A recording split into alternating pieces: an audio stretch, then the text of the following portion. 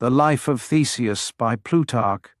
As geographers, socius, crowd into the edges of their maps parts of the world which they do not know about, adding notes in the margin to the effect that beyond this lies nothing but sandy deserts full of wild beasts, unapproachable bogs, Scythian ice, or a frozen sea, so, in this work of mine, in which I have compared the lives of the greatest men with one another, after passing through those periods which probable reasoning can reach to and real history find a footing in, I might very well say of those that are farther off, beyond this there is nothing but prodigies and fictions. The only inhabitants are the poets and inventors of fables. There is no credit or certainty any farther. Yet, after publishing an account of Lycurgus the lawgiver and Numa the king,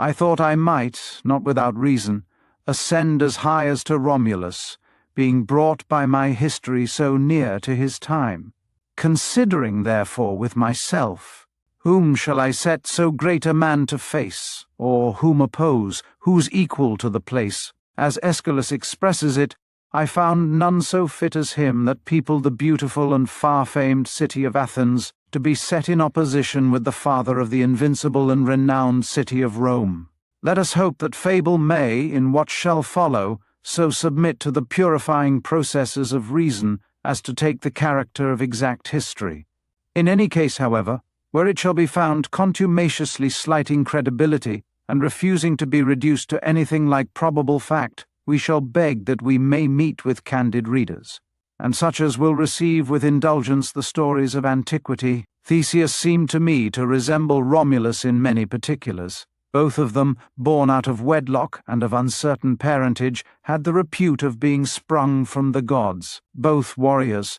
that by all the world's allowed, both of them united with strength of body and equal vigour mind. And of the two most famous cities of the world, the one built Rome, and the other made Athens be inhabited. Both stand charged with the rape of women.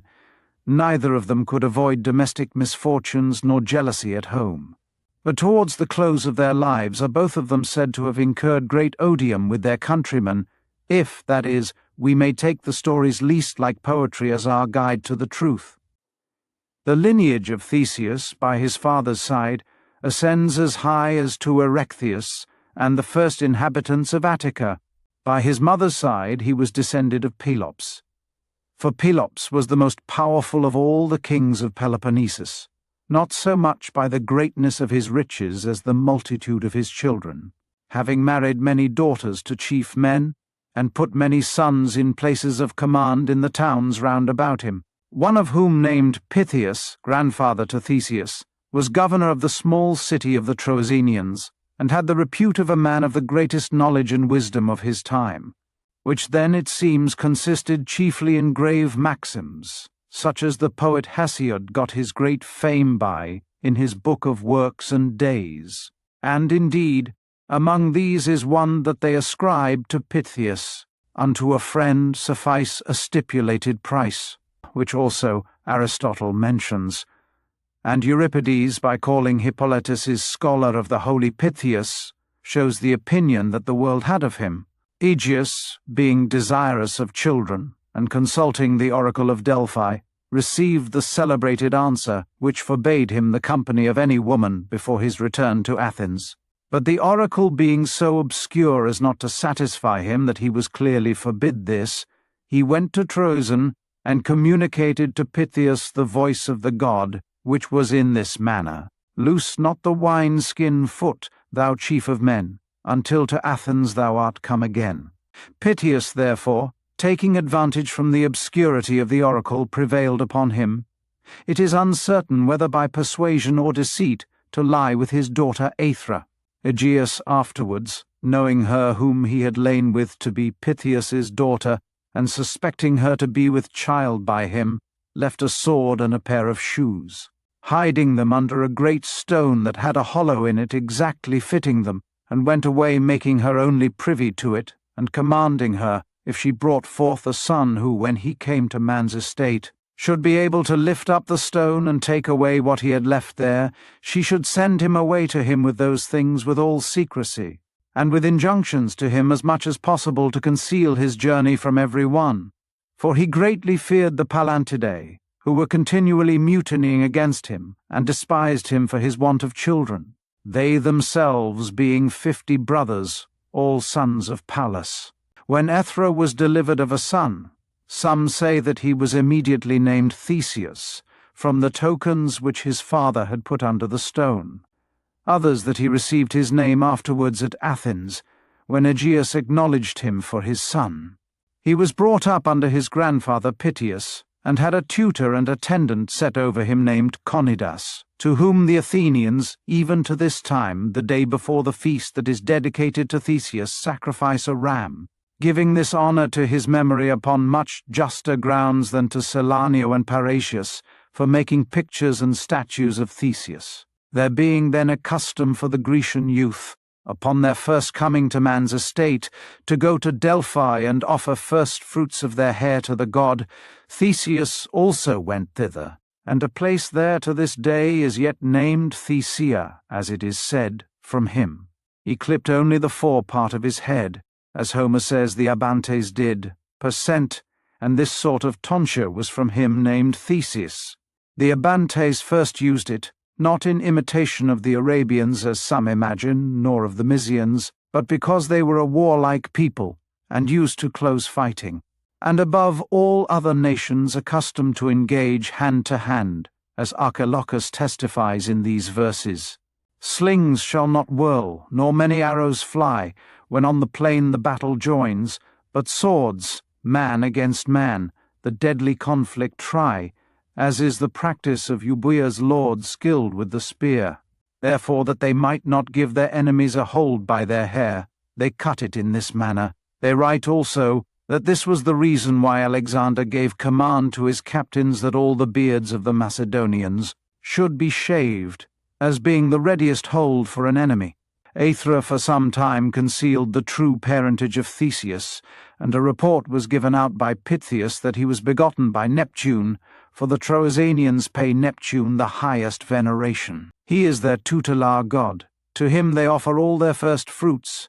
and in his honour stamp their money with a trident. Theseus displaying not only great strength of body, but equal bravery, and a quickness alike and force of understanding, his mother Aethra, conducting him to the stone, and informing him who was his true father, commanded him to take from thence the tokens that Aegeus had left, and to sail to Athens. He without any difficulty set himself to the stone and lifted it up, but refused to take his journey by sea, though it was much the safer way, and though his mother and grandfather begged him to do so, for it was at that time very dangerous to go by land on the road to Athens, no part of it being free from robbers and murderers. That age produced a sort of men, in force of hand, and swiftness of foot, and strength of body, excelling the ordinary rate, and wholly incapable of fatigue, making use, however, of these gifts of nature to no good or profitable purpose for mankind,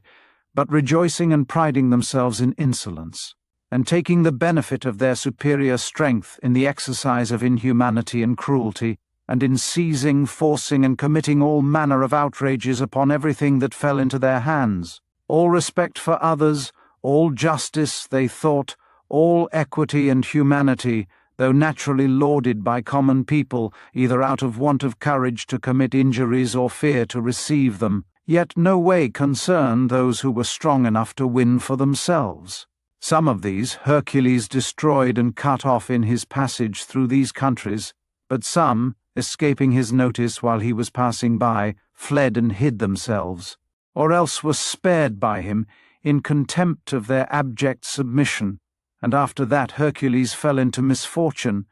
and having slain Iphitus, retired to Lydia,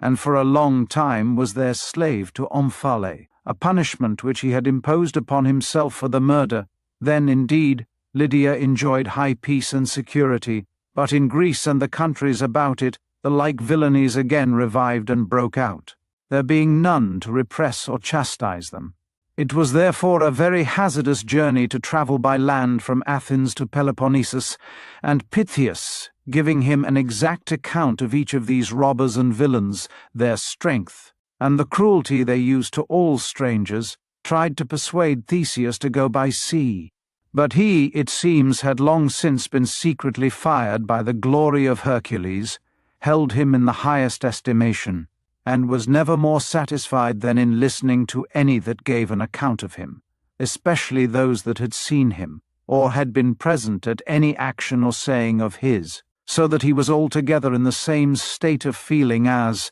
in after ages, Themistocles was, when he said that he could not sleep for the trophy of Miltiades, entertaining such admiration for the virtue of Hercules, that in the night his dreams were all of that hero's actions, and in the day a continual emulation stirred him up to perform the like. Besides, they were related, being born of cousins German. For Aethra was daughter of Pythias, and Alcmena of Lycidas, and Lycidas and Pythias were brother and sister, children of Hippodamia and Pelops. He thought it therefore a dishonourable thing, and not to be endured,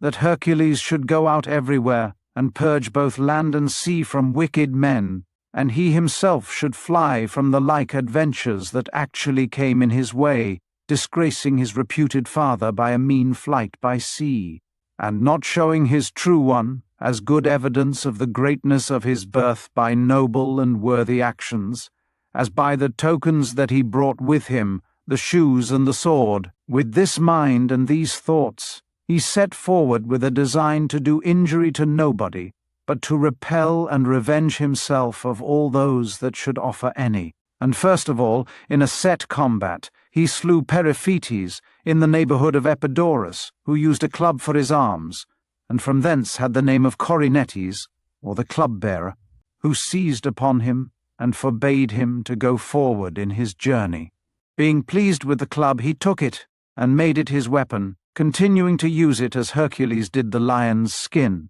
on whose shoulders that served to prove how huge a beast he had killed, and to the same end Theseus carried about him this club, overcome indeed by him, but now in his hands, invincible. Passing on further towards the isthmus of Peloponnesus, he slew Sinis, often surnamed the Bender of Pines, after the same manner in which he himself had destroyed many others before, and this he did without having either practised or ever learnt the art of bending these trees, to show that natural strength is above all art. This Sinis had a daughter of remarkable beauty and stature, called Perigune, who, when her father was killed, fled, and was sought after everywhere by Theseus. And coming into a place overgrown with brushwood shrubs and asparagus thorn, there, in a childlike, innocent manner, prayed and begged them, as if they understood her, to give her shelter, with vows that if she escaped, she would never cut them down nor burn them. But Theseus, calling upon her, and giving her his promise that he would use her with respect, and offer her no injury, she came forth, and in due time bore him a son, named Melanippus. But afterwards was married to Dioneus, the son of Eurytus, the Oechalian, Theseus himself giving her to him. Ioxus, the son of this Melanippus who was born to Theseus, accompanied Ornytus in the colony that he carried with him into Caria, whence it is a family usage amongst the people called Ioxids, both male and female, never to burn either shrubs or asparagus thorn, but to respect and honour them. The Crommyonian sow, which they called Phaia, was a savage and formidable wild beast, by no means an enemy to be despised. Theseus killed her, going out of his way on purpose to meet and engage her, so that he might not seem to perform all his great exploits out of mere necessity, being also of opinion that it was the part of a brave man to chastise villainous and wicked men when attacked by them, but to seek out and overcome the more noble wild beasts. Others relate that Phaia was a woman, a robber full of cruelty and lust, that lived in Cromyon, and had the name of Sow given her from the foulness of her life and manners, and afterwards was killed by Theseus. He slew also Scyron, upon the borders of Megara, casting him down from the rocks, being, as most report, a notorious robber of all passengers, and, as others add, accustomed, out of insolence and wantonness, to stretch forth his feet to strangers, commanding them to wash them, and then, while they did it, with a kick to send them down the rock into the sea, The writers of Megara, however, in contradiction to the received report, and, as Simonides expresses it, fighting with all antiquity, contend that Sciron was neither a robber nor doer of violence, but a punisher of all such, and the relative and friend of good and just men, for Aeacus, they say, was ever esteemed a man of the greatest sanctity of all the Greeks, and Cycreus, the Salaminian, was honoured at Athens with divine worship, and the virtues of Peleus and Telamon were not unknown to any one. Now Sciron was son-in-law to Cycreus, father-in-law to Aeacus, and grandfather to Peleus and Telamon, who were both of them sons of Endeus, the daughter of Sciron and Chariclo. It was not probable, therefore, that the best of men should make these alliances with one who was worst, giving and receiving mutually what was of greatest value and most dear to them. Theseus, by their account, did not slay Sciron in his first journey to Athens, but afterwards, when he took Eleusis, a city of the Megarians, having circumvented Diocles the governor. Such are the contradictions in this story. In Eleusis he killed Cercyon, the Arcadian, in a wrestling match, and going on a little farther, in Erineos, he slew Damastes, otherwise called Procrustes, forcing his body to the size of his own bed, as he himself was used to do with all strangers. This he did in imitation of Hercules, who always returned upon his assailants the same sort of violence that they offered to him. Sacrificed Busiris, killed Antaeus in wrestling, and Sickness in single combat, and Termerus by breaking his skull in pieces, whence, they say, comes the proverb of a Termerian mischief. For it seems Termerus killed passengers that he met, by running with his head against them, and so also Theseus proceeded in the punishment of evil men, who underwent the same violence from him which they had inflicted upon others, justly suffering after the manner of their own injustice. As he went forward on his journey, and was come as far as the river Cephisus, some of the race of the Fatalidae met him and saluted him, and, upon his desire to use the purifications then in custom, they performed them with all the usual ceremonies, and, having offered propitiatory sacrifices to the gods, invited him and entertained him at their house, a kindness which, in all his journey hitherto, he had not met. On the 8th day of Cronius, now called Hecatombeon, he arrived at Athens, where he found the public affairs full of all confusion, and divided into parties and factions, Aegeus also, and his whole private family, labouring under the same distemper, for Medea, having fled from Corinth, and promised Aegeus to make him, by her art, capable of having children, was living with him. She first was aware of Theseus, whom as yet Aegeus did not know, and he being in years full of jealousies and suspicions, and fearing everything by reason of the faction that was then in the city, she easily persuaded him to kill him by poison at a banquet, to which he was to be invited as a stranger. He, coming to the entertainment, thought it not fit to discover himself at once, but, willing to give his father the occasion of first finding him out, the meat being on the table, he drew his sword as if he designed to cut with it. Aegeus, at once recognizing the token, threw down the cup of poison,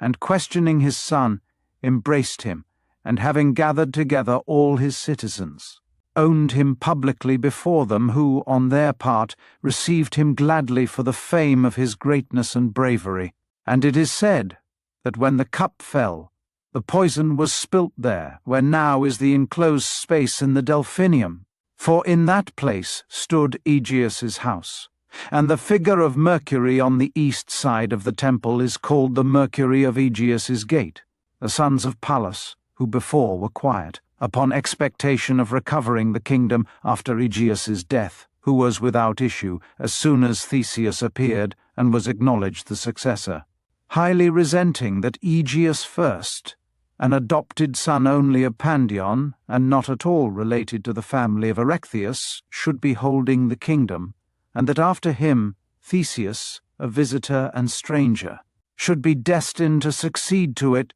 broke out into open war, and, dividing themselves into two companies, one part of them marched openly from Sphetus with their father against the city, the other, hiding themselves in the village of Gargitus, lay in ambush, with a design to set upon the enemy on both sides. They had with them a crier of the township of Agnus named Leos, who discovered to Theseus all the designs of the Palantidae. He immediately fell upon those that lay in ambuscade, and cut them all off, upon tidings of which Pallas and his company fled and were dispersed.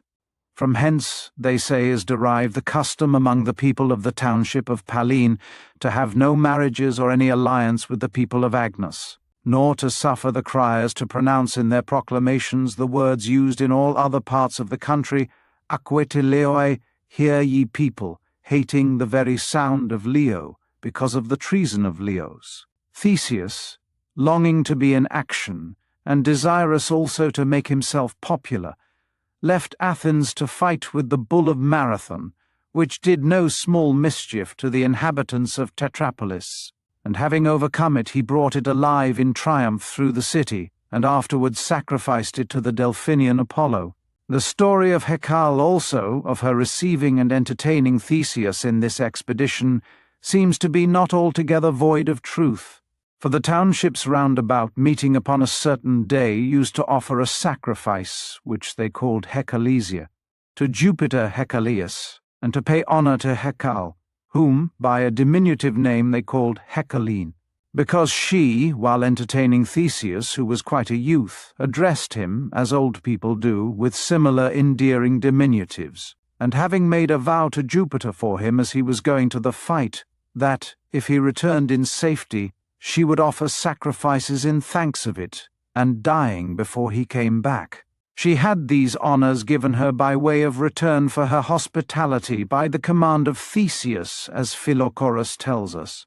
Not long after arrived the third time from Crete, the collectors of the tribute which the Athenians paid them upon the following occasion. Androgeus, having been treacherously murdered in the confines of Attica, not only Minos, his father, put the Athenians to extreme distress by a perpetual war, but the gods also laid waste their country. Both famine and pestilence lay heavy upon them, and even their rivers were dried up. Being told by the oracle that if they appeased and reconciled Minos, the anger of the gods would cease, and they should enjoy rest from the miseries they laboured under, they sent heralds, and with much supplication were at last reconciled, entering into an agreement to send to Crete every 9 years a tribute of 7 young men and as many virgins, as most writers agree in stating, and the most poetical story adds, that the Minotaur destroyed them, or that, wandering in the labyrinth and finding no possible means of getting out, they miserably ended their lives there, and that this Minotaur was, as Euripides hath it, a mingled form where 2 strange shapes combined, and different natures, bull and man, were joined. But Philochorus says that the Cretans will by no means allow the truth of this, but say that the labyrinth was only an ordinary prison, having no other bad quality but that it secured the prisoners from escaping, and that Minos, having instituted games in honour of Androgeus, gave, as a reward to the victors, these youths, who in the meantime were kept in the labyrinth, and that the first that overcame in those games was one of the greatest power and command among them, named Taurus, a man of no merciful or gentle disposition, who treated the Athenians that were made his prize in a proud and cruel manner. Also Aristotle himself, in the account that he gives of the form of government of the Bottiaeans, is manifestly of opinion that the youths were not slain by Minos, but spent the remainder of their days in slavery in Crete, that the Cretans, in former times, to acquit themselves of an ancient vow which they had made, were used to send an offering of the first fruits of their men to Delphi, and that some descendants of these Athenian slaves were mingled with them and sent amongst them, and unable to get their living there, removed from thence, first into Italy, and settled about Japigia, from thence again, that they removed to Thrace, and were named Bottiaeans, and that this is the reason why, in a certain sacrifice, the Bottiaean girls sing a hymn beginning, "Let us go to Athens." This may show us how dangerous a thing it is to incur the hostility of a city that is mistress of eloquence and song, for Minos was always ill spoken of, and represented ever as a very wicked man, in the Athenian theatres, neither did Hesiod avail him by calling him the most royal Minos, nor Homer, who styles him Jupiter's familiar friend. The tragedians got the better, and from the vantage ground of the stage showered down obloquy upon him as a man of cruelty and violence, whereas, in fact, he appears to have been a king and a lawgiver, and Rhadamanthus a judge under him, administering the statutes that he ordained. Now when the time of the third tribute was come, and the fathers who had any young men for their sons were to proceed by lot to the choice of those that were to be sent, there arose fresh discontents and accusations against Aegeus among the people, who were full of grief and indignation that he, who was the cause of all their miseries, was the only person exempt from the punishment, adopting and settling his kingdom upon a bastard and foreign son. He took no thought, they said, of their destitution and loss,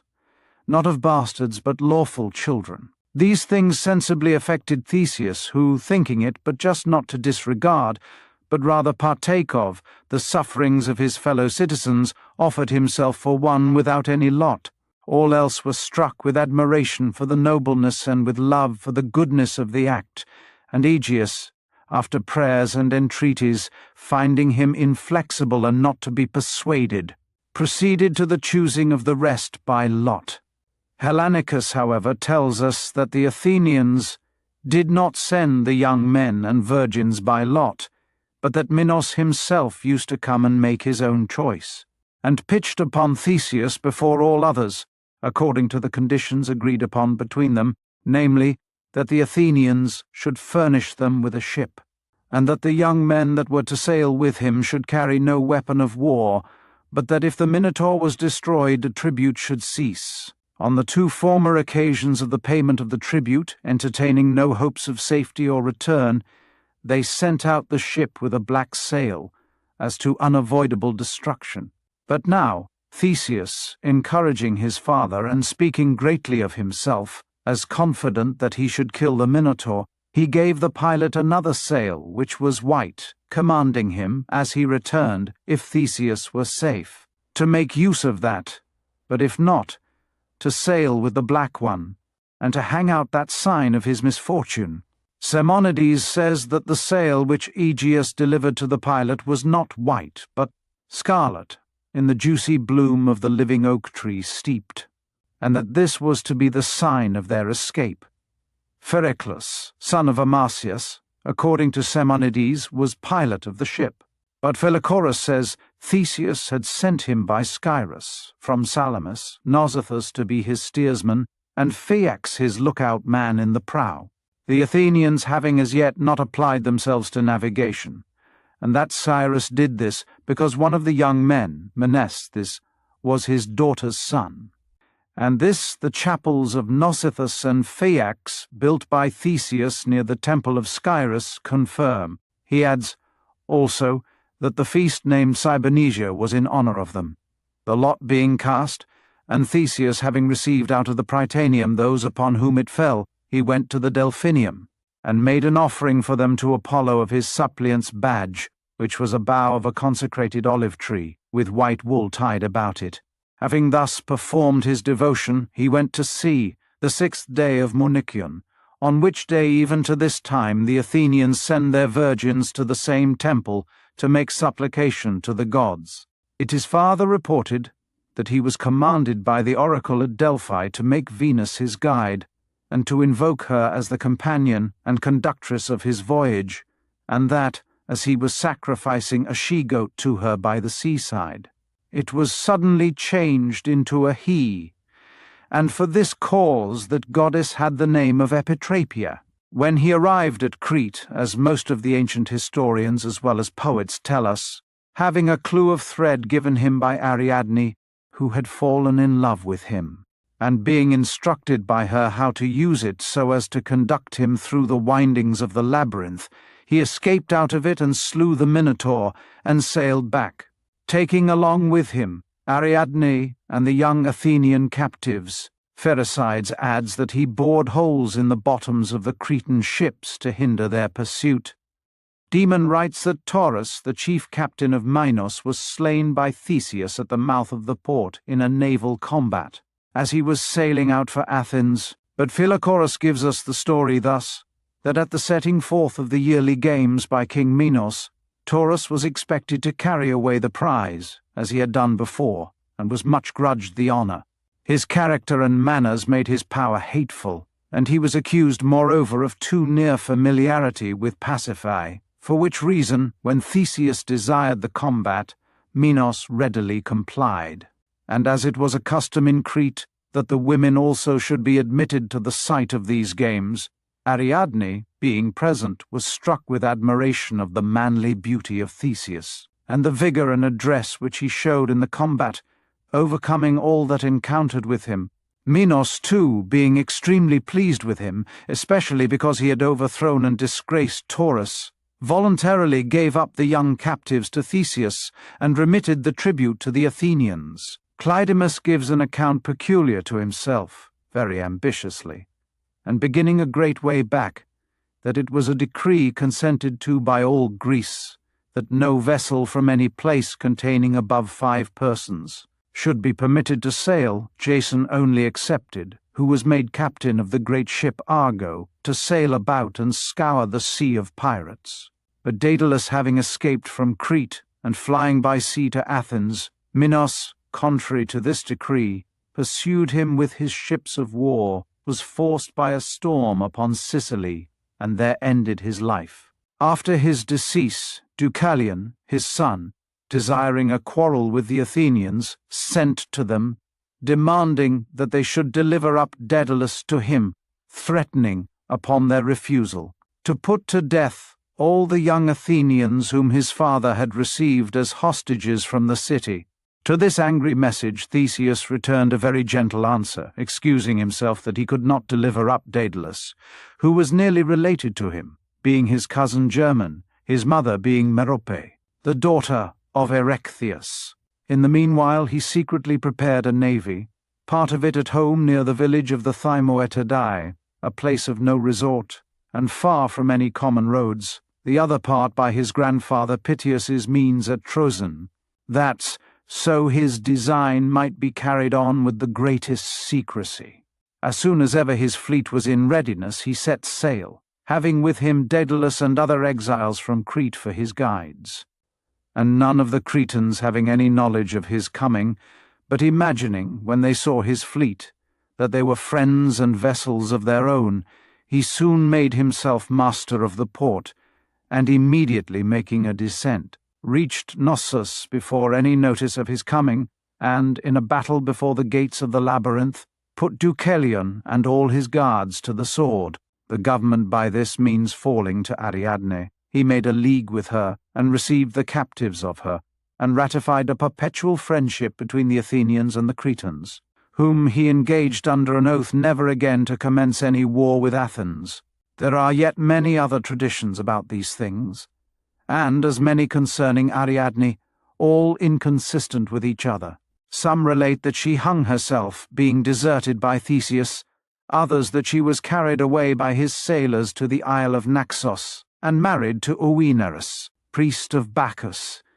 and that Theseus left her because he fell in love with another, for Aegel's love was burning in his breast. A verse which Heras, the Megarian, says was formerly in the poet Hesiod's works, but put out by Pisistratus in like manner as he added in Homer's raising of the dead to gratify the Athenians the line, Theseus, Pirithous, mighty sons of gods. Others say Ariadne had sons also by Theseus, Oenopion and Staphylos, and among these is the poet Ion of Chios, who writes of his own native city, which once Oenopion, son of Theseus, built. But the more famous of the legendary stories everybody, as I may say, has in his mouth. In Paeon, however, the Amathusian, there is a story given, differing from the rest. For he writes that Theseus, being driven by a storm upon the Isle of Cyprus, and having aboard with him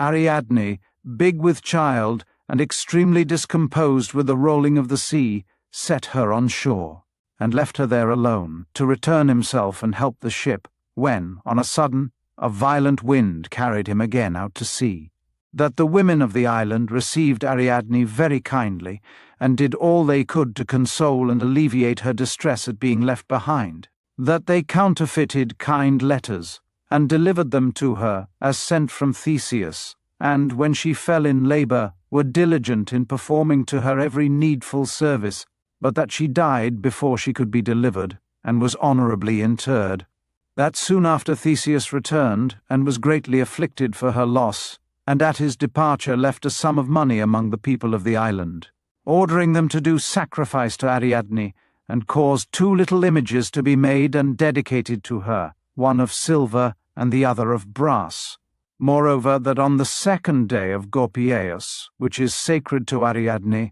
they have this ceremony among their sacrifices, to have a youth lie down, and with his voice and gesture represent the pains of a woman in travail, and that the Amalthusians call the grove in which they show her tomb the grove of Venus Ariadne. Differing yet from this account, some of the Naxians write that there were 2 Minoses and 2 Ariadnes, one of whom, they say, was married to Bacchus in the isle of Naxos, and bore the children Staphylos and his brother, but that the other, of a later age, was carried off by Theseus, and, being afterwards deserted by him, retired to Naxos with her nurse Corsina, whose grave they yet show. That this Ariadne also died there, and was worshipped by the island, but in a different manner from the former. For her day is celebrated with general joy and revelling, but all the sacrifices performed to the latter are attended with mourning and gloom. Now Theseus, in his return from Crete, put in at Delos, and, having sacrificed to the god of the island, dedicated to the temple the image of Venus which Ariadne had given him, and danced with the young Athenians a dance that, in memory of him, they say, is still preserved among the inhabitants of Delos, consisting in certain measured turnings and returnings, imitative of the windings and twistings of the labyrinth. And this dance, as Dicaearchus writes, is called among the Delians the crane. This he danced round the Ceratonian altar, so called from its consisting of horns taken from the left side of the head. They say also that he instituted games in Delos, where he was the first that began the custom of giving a palm to the victors, when they were come near the coast of Attica. So great was the joy for the happy success of their voyage, that neither Theseus himself nor the pilot remembered to hang out the sail which should have been the token of their safety to Aegeus, who, in despair at the sight, threw himself headlong from a rock, and perished in the sea. But Theseus, being arrived at the port of Phalerum, paid there the sacrifices which he had vowed to the gods at his setting out to sea, and sent a herald to the city to carry the news of his safe return. At his entrance the herald found the people for the most part full of grief for the loss of their king, others, as may well be believed, as full of joy for the tidings that he brought, and eager to welcome him and crown him with garlands for his good news, which he indeed accepted of, but hung them upon his herald's staff. And thus returning to the seaside before Theseus had finished his libation to the gods, he stayed apart for fear of disturbing the holy rites, but, as soon as the libation was ended, went up and related the king's death. Upon the hearing of which, with great lamentations and a confused tumult of grief, they ran with all haste to the city, and from hence, they say, it comes that at this day, in the feast of Oshaphoria, the herald is not crowned but his staff, and all who are present at the libation cry out Elelu, the first of which confused sounds is commonly used by men in haste, or at a triumph. The other is proper to people in consternation or disorder of mind. Theseus, after the funeral of his father, paid his vows to Apollo the 7th day of Pyaneption, for on that day the youth that returned with him safe from Crete made their entry into the city. They say also that the custom of boiling pulse at this feast is derived from hence, because the young men that escaped put all that was left of their provision together, and boiling it in one common pot, feasted themselves with it, and ate it all up together. Hence also They carry in procession an olive branch bound about with wool, such as they then made use of in their supplications, which they call erigion, crowned with all sorts of fruits, to signify that scarcity and barrenness was ceased, singing in their procession this song: Erigion bring figs, and Erigion bring loaves, bring us honey in pints and oil to rub on our bodies, and a strong flagon of wine, for all to go mellow to bed on. Although some hold opinion that this ceremony is retained in memory of the Heraclidae, who were thus entertained and brought up by the Athenians, but most are of the opinion which we have given above. The ship wherein Theseus and the youth of Athens returned had 30 oars, and was preserved by the Athenians down even to the time of Demetrius Phalereus, for they took away the old planks as they decayed, putting in new and stronger timber in their place, insomuch that this ship became a standing example among the philosophers for the logical question as to things that grow, one side holding that the ship remained the same, and the other contending that it was not the same. The feast called Oschophoria, or the Feast of Boughs, which to this day the Athenians celebrate, was then first instituted by Theseus, for he took not with him the full number of virgins which by lot were to be carried away, but selected 2 youths of his acquaintance, of fair and womanish faces, but of a manly and forward spirit, and having, by frequent baths, and avoiding the heat and scorching of the sun, with the constant use of all the ointments and washes and dresses that served to the adorning of the head, or smoothing the skin, or improving the complexion, in a manner changed them from what they were before, and having taught them farther to counterfeit the very voice and carriage and gait of virgins, so that there could not be the least difference perceived, he, undiscovered by any, put them into the number of the Athenian maids designed for Crete. At his return, he and these 2 youths led up a solemn procession, in the same habit that is now worn by those who carry the vine branches. These branches they carry in honor of Bacchus and Ariadne for the sake of their story before related, or rather because they happen to return in autumn, the time of gathering the grapes. The women whom they call deipnopherae, or supper carriers, are taken into these ceremonies and assist at the sacrifice in remembrance and imitation of the mothers of the young men and virgins upon whom the lot fell. For thus they ran about bringing bread and meat to their children, and because the women then told their sons and daughters many tales and stories, to comfort and encourage them under the danger they were going upon. It has still continued a custom that at this feast old fables and tales should be told. For these particularities we are indebted to the history of Demon. There was then a place chosen out, and a temple erected in it to Theseus, and those families out of whom the tribute of the youth was gathered were appointed to pay a tax to the temple for sacrifices to him. And the house of the Phytalidae had the overseeing of these sacrifices,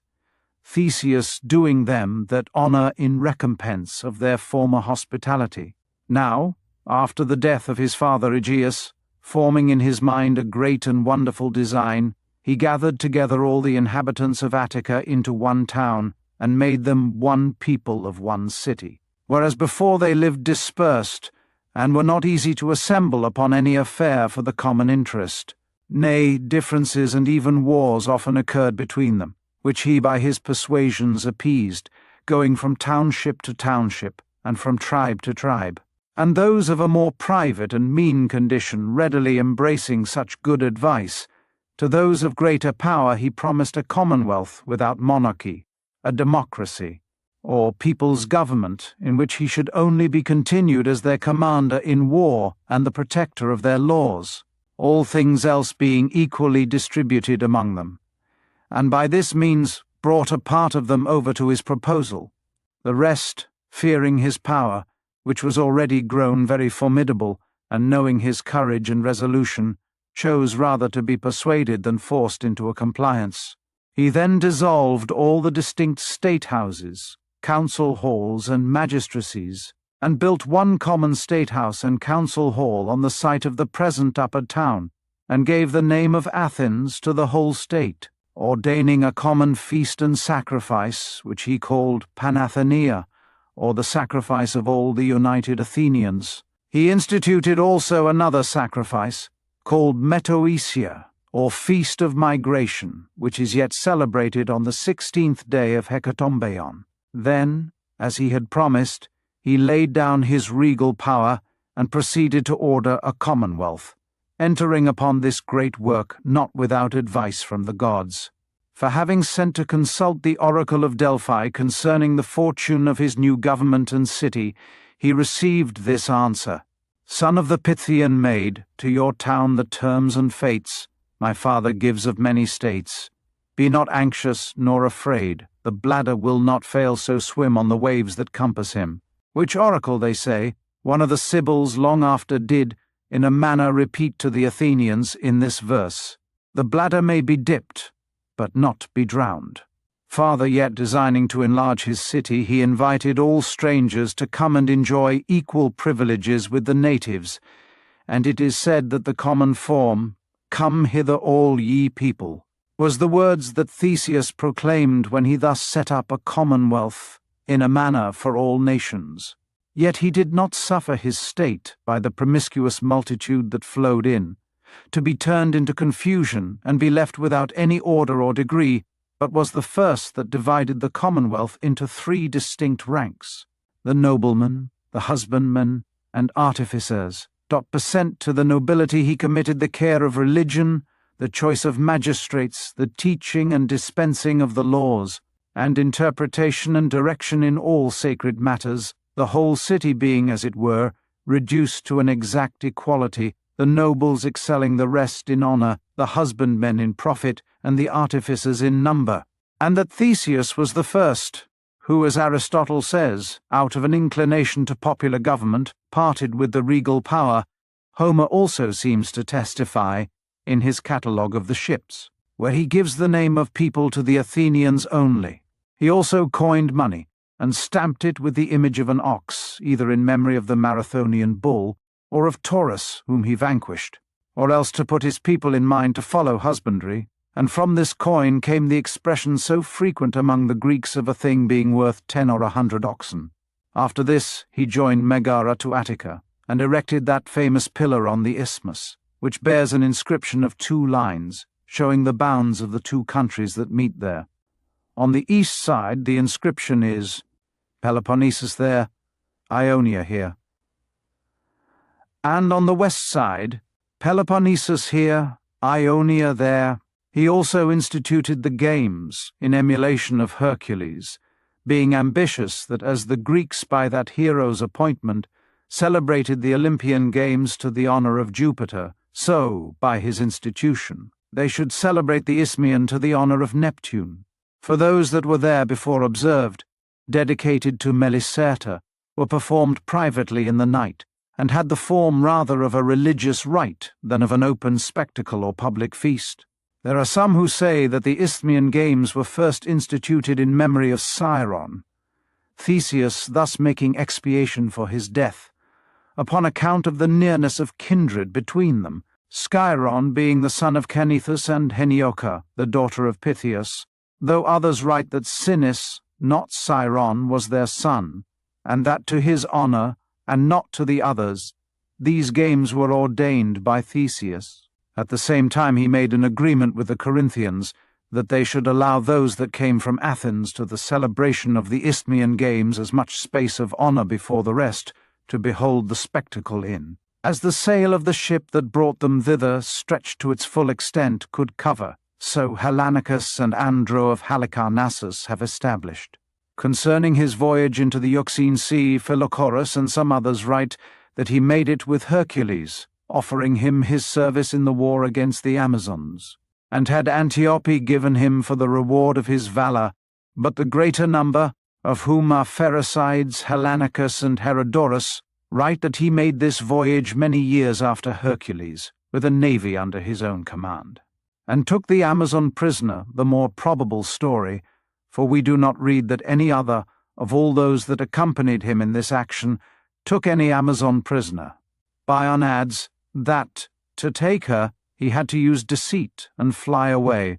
For the Amazons, he says, being naturally lovers of men, were so far from avoiding Theseus when he touched upon their coasts, that they sent him presents to his ship, but he, having invited Antiope, who brought them to come aboard, immediately set sail and carried her away. An author named Menecrates, that wrote the history of Nicaea in Bithynia, adds that Theseus, having Antiope aboard his vessel, cruised for some time about those coasts, and that there were in the same ship 3 young men of Athens, that accompanied him in this voyage, all brothers, whose names were Euneos, Thoas, and Saloon. The last of these fell desperately in love with Antiope, and escaping the notice of the rest, revealed the secret only to one of his most intimate acquaintance, and employed him to disclose his passion to Antiope. She rejected his pretenses with a very positive denial, yet treated the matter with much gentleness and discretion, and made no complaint to Theseus of anything that had happened. But Saloon, the thing being desperate, leaped into a river near the seaside and drowned himself. As soon as Theseus was acquainted with his death and his unhappy love that was the cause of it, he was extremely distressed, and in the height of his grief, an oracle which he had formerly received at Delphi came into his mind, for he had been commanded by the priestess of Apollo Pythias, that, wherever in a strange land he was most sorrowful and under the greatest affliction, he should build a city there, and leave some of his followers to be governors of the place. For this cause he there founded a city which he called, from the name of Apollo, Pythopolis, and in honor of the unfortunate youth he named the river that runs by it Saloon, and left the 2 surviving brothers entrusted with the care of the government and laws, joining with them Hermas, one of the nobility of Athens, from whom a place in the city is called the house of Hermas, though by an error in the accent it has been taken for the house of Hermes, or Mercury, and the honor that was designed to the hero transferred to the god. This was the origin and cause of the Amazonian invasion of Attica, which would seem to have been no slight or womanish enterprise, for it is impossible that they should have placed their camp in the very city, and joined battle close by the Pnyx and the hill called Museum, unless, having first conquered the country round about, they had thus with impunity advanced to the city. That they made so long a journey by land, and passed the Cimmerian Bosphorus when frozen, as Hellanicus writes, is difficult to be believed. That they encamped all but in the city is certain, and may be sufficiently confirmed by the names that the places thereabout yet retain,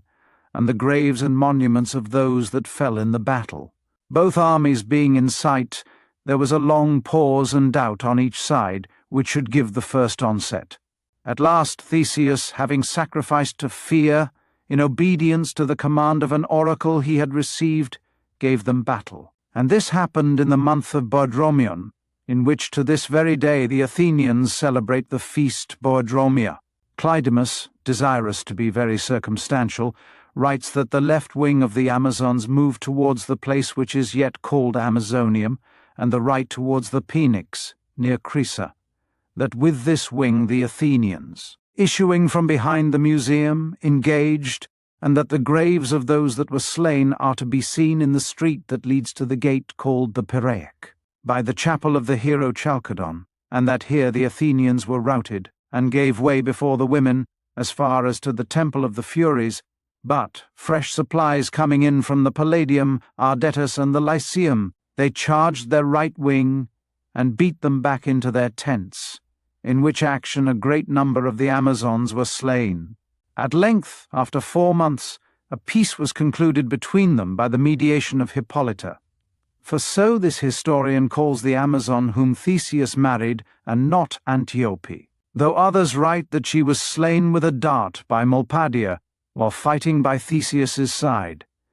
and that the pillar which stands by the temple of Olympian earth was erected to her honor. Nor is it to be wondered at that in events of such antiquity history should be in disorder, for indeed we are also told that those of the Amazons that were wounded were privately sent away by Antiope to Chalcis, where many by her care recovered, but some that died were buried there in the place that is to this time called Amazonium. That this war, however, was ended by a treaty is evident, both from the name of the place adjoining to the temple of Theseus, called from the solemn oath there taken, Horcomosium, and also from the ancient sacrifice which used to be celebrated to the Amazons the day before the feast of Theseus. The Megarians also show a spot in their city where some Amazons were buried, on the way from the market to a place called Rus,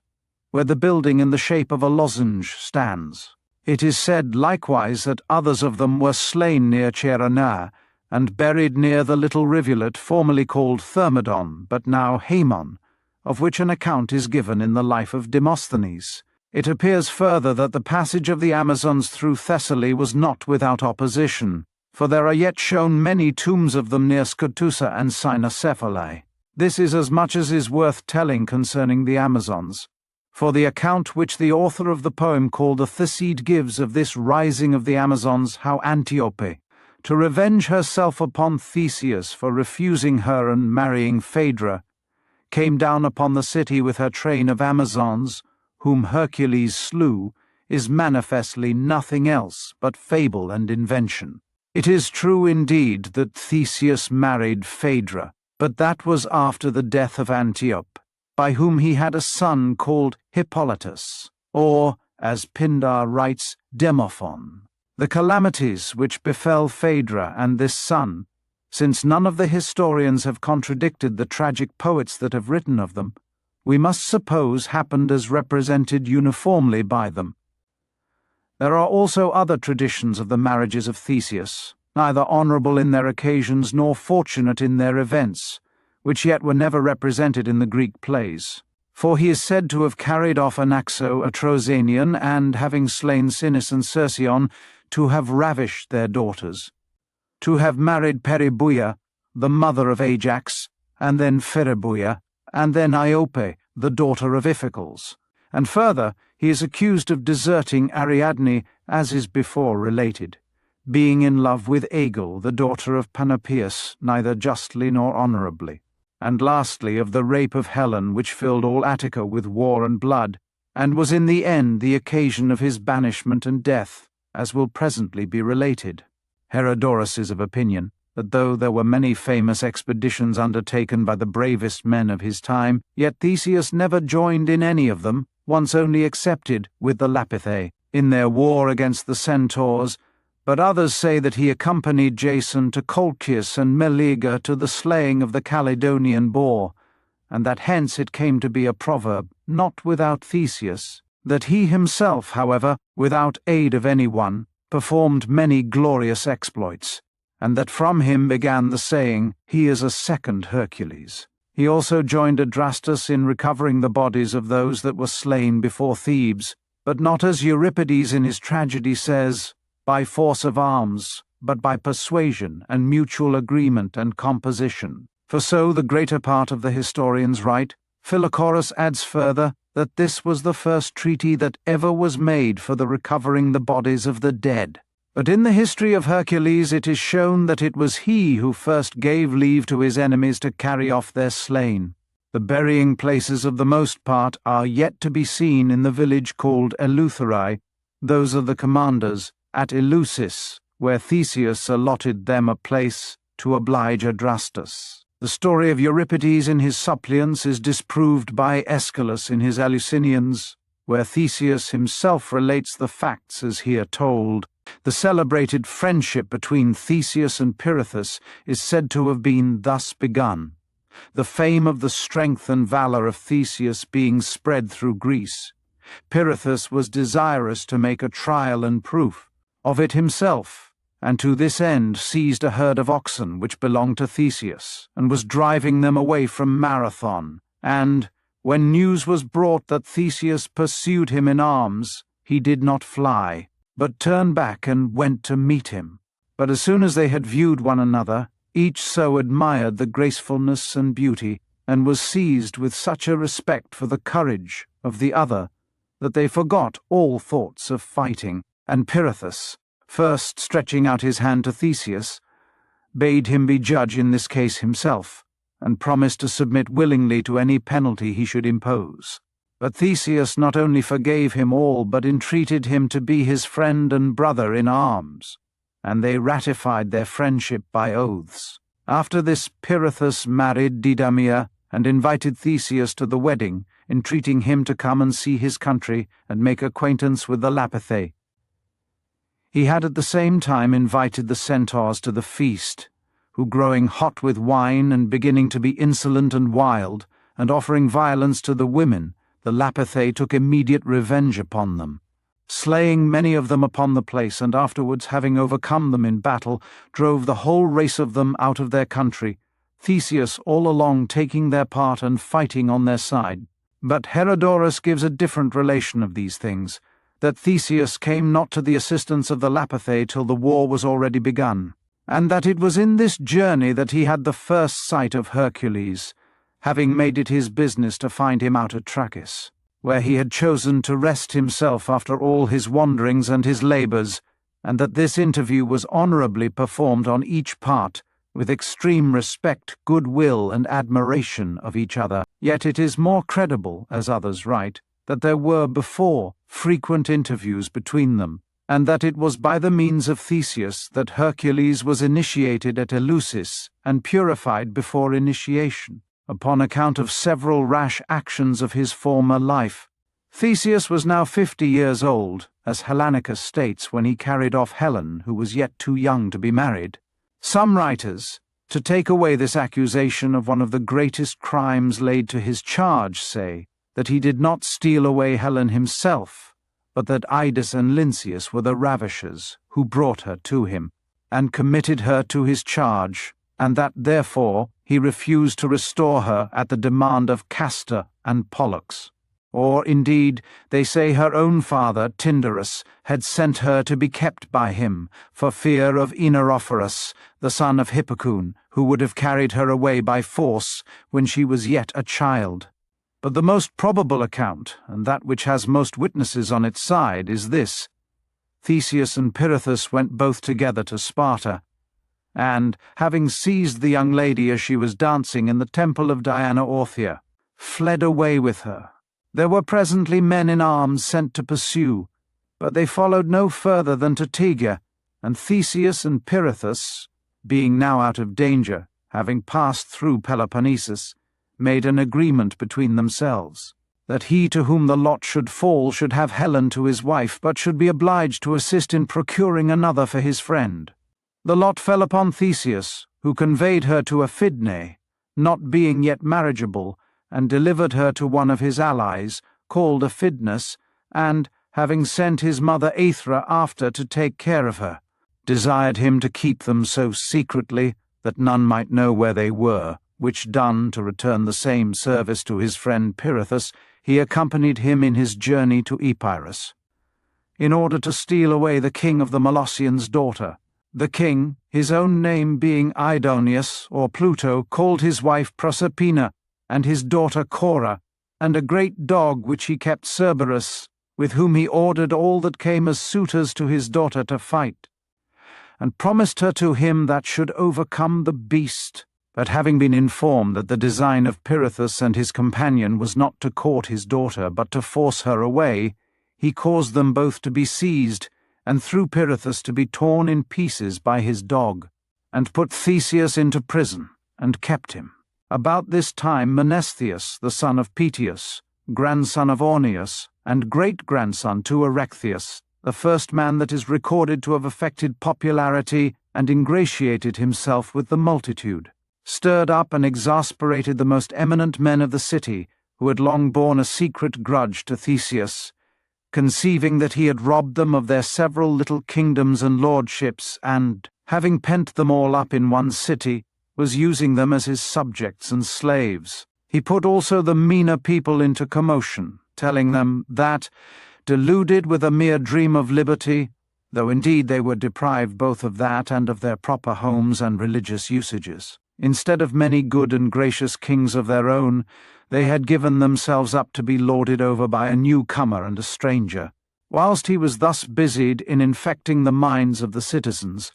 the war that Castor and Pollux brought against Athens came very opportunely to further the sedition he had been promoting, and some say that he by his persuasions was wholly the cause of their invading the city. At their first approach They committed no acts of hostility, but peaceably demanded their sister Helen. But the Athenians returning answer that they neither had her there nor knew where she was disposed of, they prepared to assault the city, when Academus, having, by whatever means, found it out, disclosed to them that she was secretly kept at Aphidnae, for which reason he was both highly honoured during his life by Castor and Pollux, and the Lacedaemonians, when often in after times they made incursions into Attica, and destroyed all the country round about, spared the academy for the sake of Academus. But Dicaearchus writes that there were two Arcadians in the army of Castor and Pollux, the one called Echedemus, and the other Marathus. From the first that which is now called Academia was then named Ecademia, and the village Marathon had its name from the other, who, to fulfill some oracle, voluntarily offered himself to be made a sacrifice before battle. As soon as they were arrived at Aphidnae, they overcame their enemies in a set battle, and then assaulted and took the town. And here, they say, Alacus, the son of Scyron, was slain, of the party of the Dioscuri Castor and Pollux, from whom a place in Megara, where he was buried, is called Alacus to this day. And Hierus writes that it was Theseus himself that killed him, in witness of which he cites these verses concerning Alacus. And Alacus, upon Aphidna's plain by Theseus in the cause of Helen slain, though it is not at all probable that Theseus himself was there when both the city and his mother were taken. Aphidnae being won by Castor and Pollux, and the city of Athens being in consternation, Mnestheus persuaded the people to open their gates and receive them with all manner of friendship, for they were, he told them, at enmity with none but Theseus, who had first injured them, and were benefactors and saviours to all mankind beside, and their behaviour gave credit to those promises, for, having made themselves absolute masters of the place, they demanded no more than to be initiated, since they were as nearly related to the city as Hercules was, who had received the same honour. This, their desire, they easily obtained,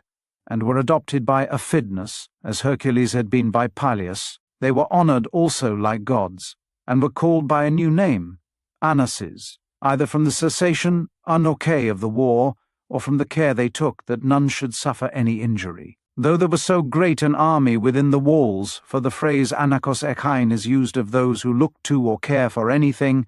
kings for this reason perhaps are called anactes. Others say that from the appearance of their star in the heavens they were thus called, for in the Attic dialect this name comes very near the words that signify above. Some say that Aethra, Theseus's mother, was here taken prisoner,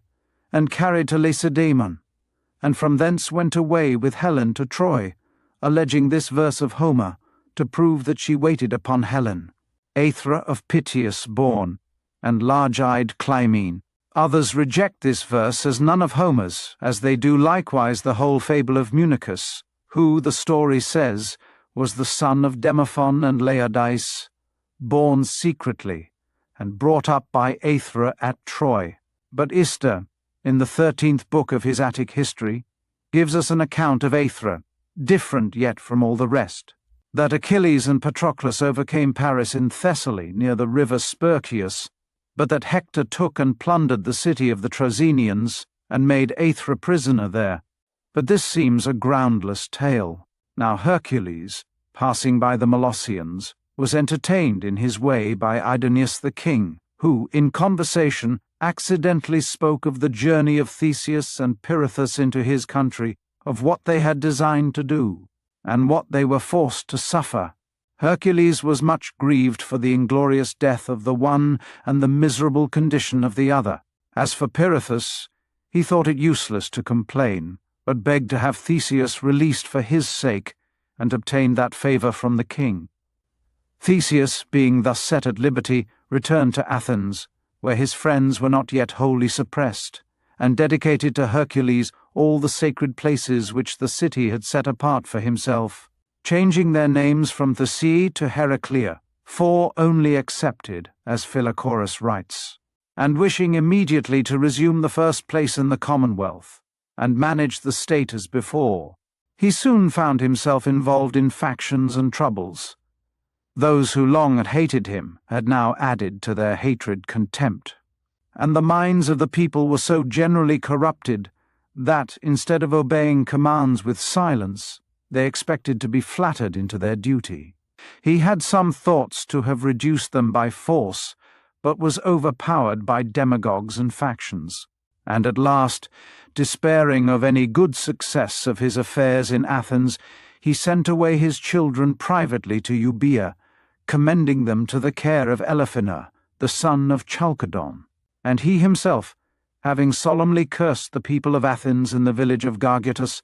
in which there yet remains the place called Aratarion, or the place of cursing, sailed to Syros, where he had lands left him by his father, and friendship, as he thought, with those of the island. Lycomedes was then king of Syros. Theseus, therefore, addressed himself to him, and desired to have his lands put into his possession, as designing to settle and to dwell there, though others say that he came to beg his assistance against the Athenians. But Lycomedes, either jealous of the glory of so great a man, or to gratify Mnestheus, having led him up to the highest cliff of the island, on pretence of showing him from thence the lands that he desired, threw him headlong down from the rock, and killed him. Others say he fell down of himself by a slip of his foot, as he was walking there, according to his custom, after supper. At that time there was no notice taken, nor were any concerned for his death, but Mnestheus quietly possessed the kingdom of Athens. His sons were brought up in a private condition, and accompanied Eliphaner to the Trojan War, but, after the decease of Mnestheus in that expedition, returned to Athens, and recovered the government. But in succeeding ages, besides several other circumstances that moved the Athenians to honour Theseus as a demigod, in the battle which was fought at Marathon against the Medes, many of the soldiers believed they saw an apparition of Theseus in arms, rushing on at the head of them against the barbarians. And after the Median War, Phaedo being Archon of Athens, the Athenians, consulting the oracle at Delphi, were commanded to gather together the bones of Theseus, and laying them in some honourable place, keep them as sacred in the city. But it was very difficult to recover these relics, or so much as to find out the place where they lay, on account of the inhospitable and savage temper of the barbarous people that inhabited the island. Nevertheless, afterwards, when Cimon took the island as is related in his life, and had a great ambition to find out the place where Theseus was buried, he, by chance, spied an eagle upon a rising ground pecking with her beak and tearing up the earth with her talons, when on the sudden it came into his mind, as it were by some divine inspiration, to dig there, and search for the bones of Theseus. There were found in that place a coffin of a man of more than ordinary size, and a brazen spearhead, and a sword lying by it, all which he took aboard his galley and brought with him to Athens. Upon which the Athenians, greatly delighted, went out to meet and receive the relics with splendid processions and with sacrifices, as if it were Theseus himself returning alive to the city. He lies interred in the middle of the city, near the present gymnasium. His tomb is a sanctuary and refuge for slaves, and all those of mean condition that fly from the persecution of men in power, in memory that Theseus, while he lived, was an assister and protector of the distressed, and never refused the petitions of the afflicted that fled to him. The chief and most solemn sacrifice which they celebrate to him is kept on the 8th day of Pyaneption, on which he returned with the Athenian young men from Crete. Besides which, they sacrifice to him on the 8th day of every month, either because he returned from Troezen,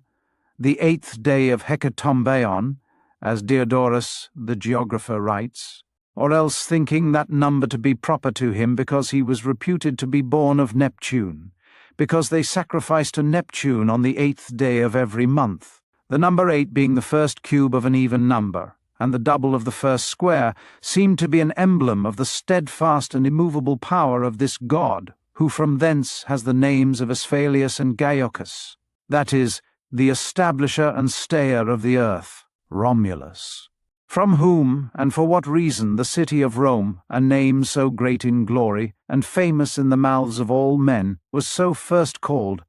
authors do not agree. Some are of opinion that the Pelasgians, wandering over the greater part of the habitable world and subduing numerous nations, fixed themselves here and, from their own great strength in war, called the city Rome. Others, that at the taking of Troy, some few that escaped and met with shipping, put to sea, and driven by winds, were carried upon the coasts of Tuscany, and came to anchor off the mouth of the river Tiber, where their women, out of heart and weary with the sea,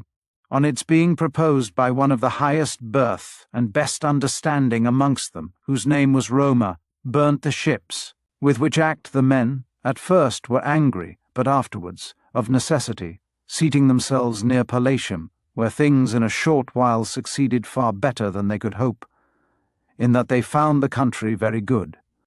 And the people courteous, they not only did the Lady Roma other honours, but added also this, of calling after her name the city which she had been the occasion of their founding. From this, they say, has come down that custom at Rome for women to salute their kinsmen and husbands with kisses, because these women, after they had burnt the ships, made use of such endearments when entreating and pacifying their husbands. Some again say that Roma, from whom this city was so called, was daughter of Italus and Lucaria, or, by another account, of Telephus, Hercules' son, and that she was married to Aeneas, or, according to others again, to Ascanius, Aeneas' son. Some tell us that Romanus, the son of Ulysses and Circe, built it, some Romus, the son of Emathion, Diomede having sent him from Troy, and others, Romus, king of the Latins, after driving out the Tyrrhenians, who had come from Thessaly into Lydia, and from thence into Italy, those very authors too, who, in accordance with the safest account, make Romulus give the name to the city, yet differ concerning his birth and family. For some say he was son to Aeneas and Dexithea, daughter of Phorbas, and was, with his brother Remus, in their infancy, carried into Italy, and being on the river when the waters came down in a flood, all the vessels were cast away except only that where the young children were, which being gently landed on a level bank of the river, they were both unexpectedly saved, and from them the place was called Rome. Some say Roma, daughter of the Trojan lady above mentioned, was married to Latinus, Telemachus' son, and became mother to Romulus. Others, that Emilia, daughter of Aeneas and Lavinia, had him by the god Mars, and others give you mere fables of his origin. For to Tarchetius, they say, king of Alba, who was a most wicked and cruel man, there appeared in his own house a strange vision, a male figure that rose out of a hearth, and stayed there for many days. There was an oracle of Theseus in Tuscany, which Tarchetius consulted, and received an answer that a virgin should give herself to the apparition, and that a son should be born of her, highly renowned, eminent for valour, good fortune, and strength of body. Tarchetius told the prophecy to one of his own daughters, and commanded her to do this thing, which she, avoiding as an indignity, sent her handmaid. Tarchetius, hearing this, in great anger imprisoned them both, purposing to put them to death, but being deterred from murder by the goddess Vesta in a dream, enjoined them for their punishment the working a web of cloth. In their chains as they were, which when they finished, they should be suffered to marry, but whatever they worked by day, Tarchetius commanded others to unravel in the night. In the meantime, the waiting woman was delivered of 2 boys, whom Tarchetius gave into the hands of one Teratius, with command to destroy them. He, however, carried and laid them by the river's side, where a wolf came and continued to suckle them, while birds of various sorts brought little morsels of food, which they put into their mouths, till a cowherd, spying them, was first strangely surprised, but, venturing to draw nearer, took the children up in his arms. Thus they were saved, and when they grew up, set upon Tarchetius and overcame him. This one Promathion says, who compiled a history of Italy. But the story which is most believed and has the greatest number of vouchers was first published, in its chief particulars, amongst the Greeks by Diocles of Peparethus, whom Fabius Pictor also follows in most points. Here again there are variations, but in general outline it runs thus. The kings of Alba reigned in lineal descent from Aeneas, and the succession devolved at length upon two brothers, Numitor and Amulius. Amulius proposed to divide things into two equal shares, and set as equivalent to the kingdom the treasure and gold that were brought from Troy. Numitor chose the kingdom, but Amulius, having the money and being able to do more with that than Numitor, took his kingdom from him with great ease, and fearing lest his daughter might have children, made her a vestal, bound in that condition forever, to live a single and maiden life. This lady some call Ilia, others Rhea, and others Silvia. However, not long after, she was, contrary to the established laws of the Vestals, discovered to be with child, and should have suffered the most cruel punishment. Had not Antho, the king's daughter,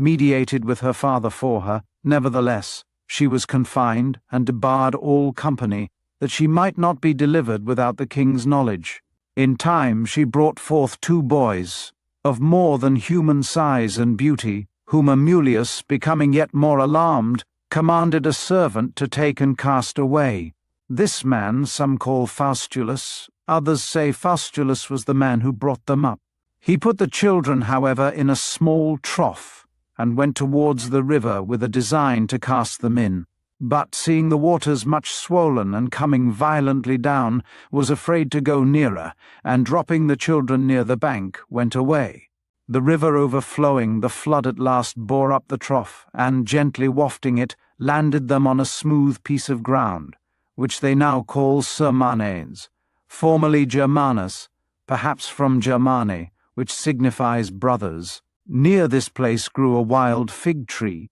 which they called ruminalis, either from Romulus, as it is vulgarly thought, or from ruminating, because cattle did usually in the heat of the day seek cover under it, and there chew the cud, or, better, from the suckling of these children there, for the ancients called the dug or teat of any creature ruma, and there is a tutelar goddess of the rearing of children whom they still call Rumilia, in sacrificing to whom they use no wine, but make libations of milk. While the infants lay here, history tells us, a she-wolf nursed them, and a woodpecker constantly fed and watched them. These creatures are esteemed holy to the god Mars, the woodpecker the Latins still especially worship and honor, which things, as much as any, gave credit to what the mother of the children said, that their father was the god Mars, though some say that it was a mistake put upon her by Amulius,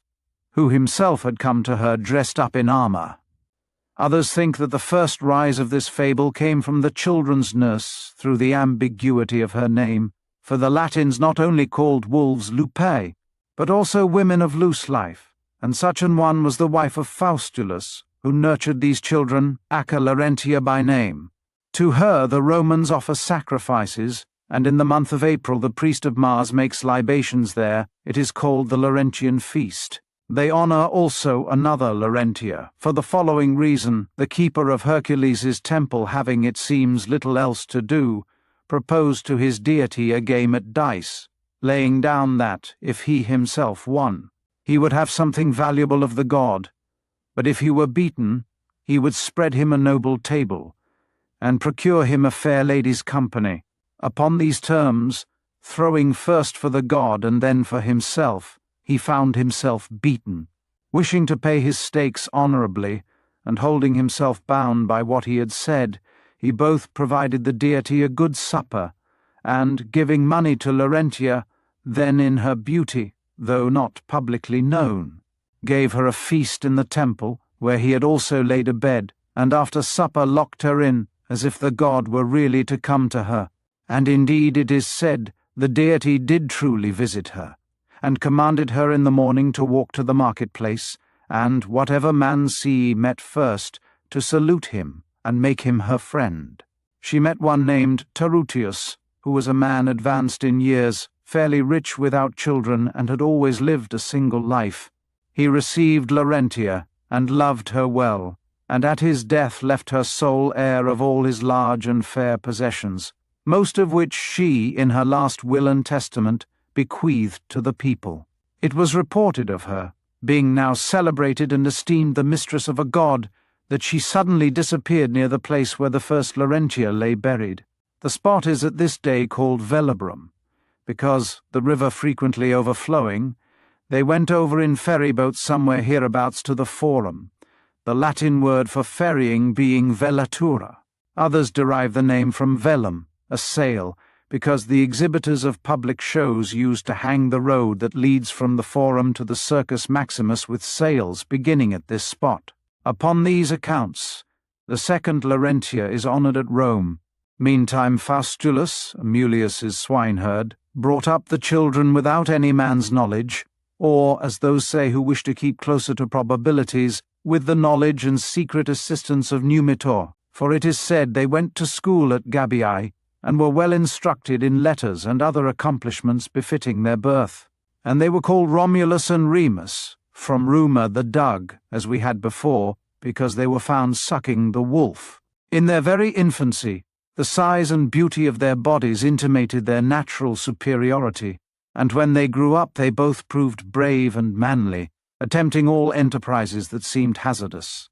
and showing in them a courage altogether undaunted. But Romulus seemed rather to act by counsel, and to show the sagacity of a statesman, and in all his dealings with their neighbours, whether relating to feeding of flocks or to hunting, gave the idea of being born rather to rule than to obey. To their comrades and inferiors they were therefore dear, but the king's servants, his bailiffs and overseers, as being in nothing better men than themselves, they despised and slighted, nor were the least concerned at their commands and menaces. They used honest pastimes and liberal studies, not esteeming sloth and idleness honest and liberal, but rather such exercises as hunting and running, repelling robbers, taking of thieves, and delivering the wronged and oppressed from injury. For doing such things they became famous. A quarrel occurring between Numitor's and Amulius's cowherds, the latter, not enduring the driving away of their cattle by the others,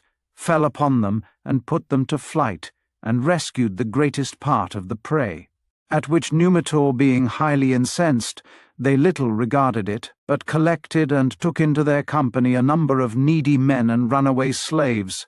acts which looked like the first stages of rebellion. It so happened that when Romulus was attending a sacrifice, being fond of sacred rites and divination, Numitor's herdsman, meeting with Remus on a journey with few companions, fell upon him, and, after some fighting, took him prisoner, carried him before Numitor, and there accused him. Numitor would not punish him himself, fearing his brother's anger, but went to Amulius and desired justice, as he was Amulius's brother, and was affronted by Amulius's servants. The men of Alba likewise resenting the thing, and thinking he had been dishonourably used, Amulius was induced to deliver Remus up into Numitor's hands, to use him as he thought fit. He therefore took and carried him home, and being struck with admiration of the youth's person, in stature and strength of body exceeding all men, and perceiving in his very countenance the courage and force of his mind, which stood unsubdued and unmoved by his present circumstances, and hearing further that all the enterprises and actions of his life were answerable to what he saw of him, but chiefly, as it seemed, a divine influence, aiding and directing the first steps that were to lead to great results, out of the mere thought of his mind, and casually, as it were, he put his hand upon the fact and, in gentle terms and with a kind aspect, to inspire him with confidence and hope, asked him who he was, and whence he was derived. He, taking heart, spoke thus: I will hide nothing from you, for you seem to be of a more princely temper than Amulius, in that you give a hearing and examine before you punish, while he condemns before the cause is heard. Formerly then for we are twins, thought ourselves the sons of Faustulus and Laurentia, the king's servants. But since we have been accused and aspersed with calumnies, and brought in peril of our lives here before you,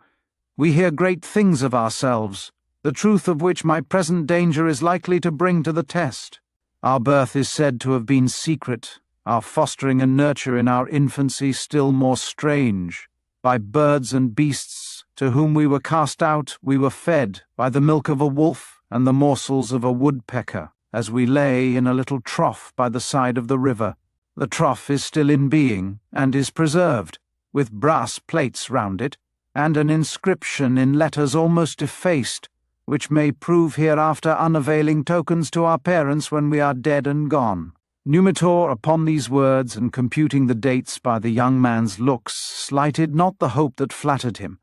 but considered how to come at his daughter privately, for she was still kept under restraint, to talk with her concerning these matters. Faustulus, hearing Remus was taken and delivered up, called on Romulus to assist in his rescue, informing him then plainly of the particulars of his birth, not but he had before given hints of it, and told as much as an attentive man might make no small conclusions from. He himself, full of concern and fear of not coming in time, took the trough, and ran instantly to Numitor, but giving a suspicion to some of the king's sentry at his gate, and being gazed upon by them and perplexed with their questions, he let it be seen that he was hiding the trough under his cloak. By chance there was one among them who was at the exposing of the children, and was one employed in the office. He, seeing the trough, and knowing it by its make and inscription, guessed at the business, and without further delay, telling the king of it, brought in the man to be examined. Faustulus, hard beset, did not show himself altogether proof against terror, nor yet was he wholly forced out of all. Confessed indeed the children were alive, but lived, he said, as shepherds. A great way from Alba, he himself was going to carry the trough to Ilia, who had often greatly desired to see and handle it, for a confirmation of her hopes of her children, as men generally do who are troubled in mind and act either in fear or passion. It so fell out Amulius now did, for he sent in haste as a messenger, a man, otherwise honest, and friendly to Numitor, with commands to learn from Numitor whether any tidings were come to him of the children's being alive. He, coming and seeing how little Remus wanted of being received into the arms and embraces of Numitor, both gave him surer confidence in his hope, and advised them with all expedition to proceed to action, himself too joining and assisting them, and indeed, had they wished it, the time would not have let them demur. For Romulus was now come very near, and many of the citizens, out of fear and hatred of Amulius, were running out to join him. Besides, he brought great forces with him, divided into companies, each of 100 men, every captain carrying a small bundle of grass and shrubs tied to a pole. The Latins call such bundles manipuli, and from hence it is that in their armies still they call their captains manipulares. Remus rousing the citizens within to revolt, and Romulus making attacks from without, the tyrant, not knowing either what to do or what expedient to think of for his security. In this perplexity and confusion was taken and put to death. This narrative, for the most part given by Fabius and Diocles of Peparethus, who seem to be the earliest historians of the foundation of Rome, is suspected by some, because of its dramatic and fictitious appearance, but it would not wholly be disbelieved, if men would remember what a poet Fortune sometimes shows herself, and consider that the Roman power would hardly have reached so high a pitch without a divinely ordered origin, attended with great and extraordinary circumstances. Amulius now being dead, and matters quietly disposed, the two brothers would neither dwell in Alba without governing there, nor take the government into their own hands during the life of their grandfather. Having therefore delivered the dominion up into his hands, and paid their mother befitting honour, they resolved to live by themselves, and build a city in the same place where they were in their infancy brought up.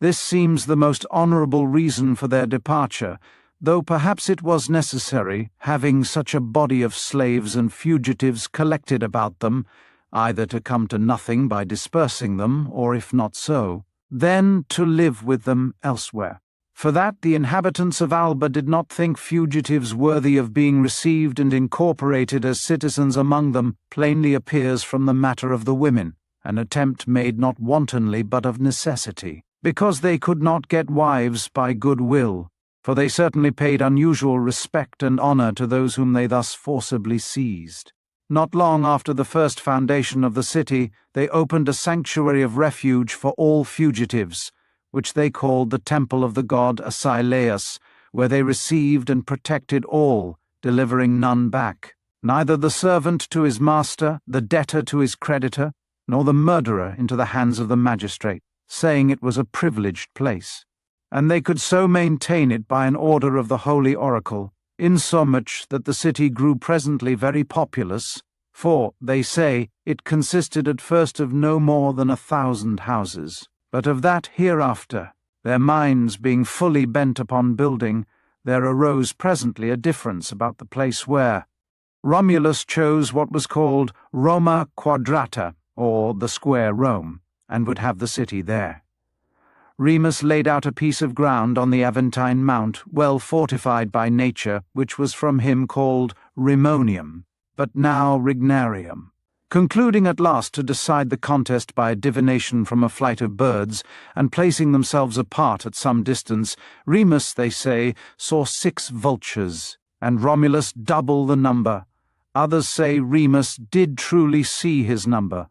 and that Romulus feigned his, but when Remus came to him, that then he did, indeed, see 12. Hence it is that the Romans, in their divinations from birds, chiefly regard the vulture, though Herodorus Ponticus relates that Hercules was always very joyful when a vulture appeared to him upon any action. For it is a creature the least hurtful of any, pernicious neither to corn, fruit tree, nor cattle. It preys only upon carrion, and never kills or hurts any living thing. And as for birds, it touches not them, though they are dead, as being of its own species, whereas eagles, owls, and hawks mangle and kill their own fellow creatures. Yet, as Aeschylus says, what bird is clean that preys on fellow bird? Besides, all other birds are, so to say, never out of our eyes. They let themselves be seen of us continually, but a vulture is a very rare sight, and you can seldom meet with a man that has seen their young. Their rarity and infrequency has raised a strange opinion in some,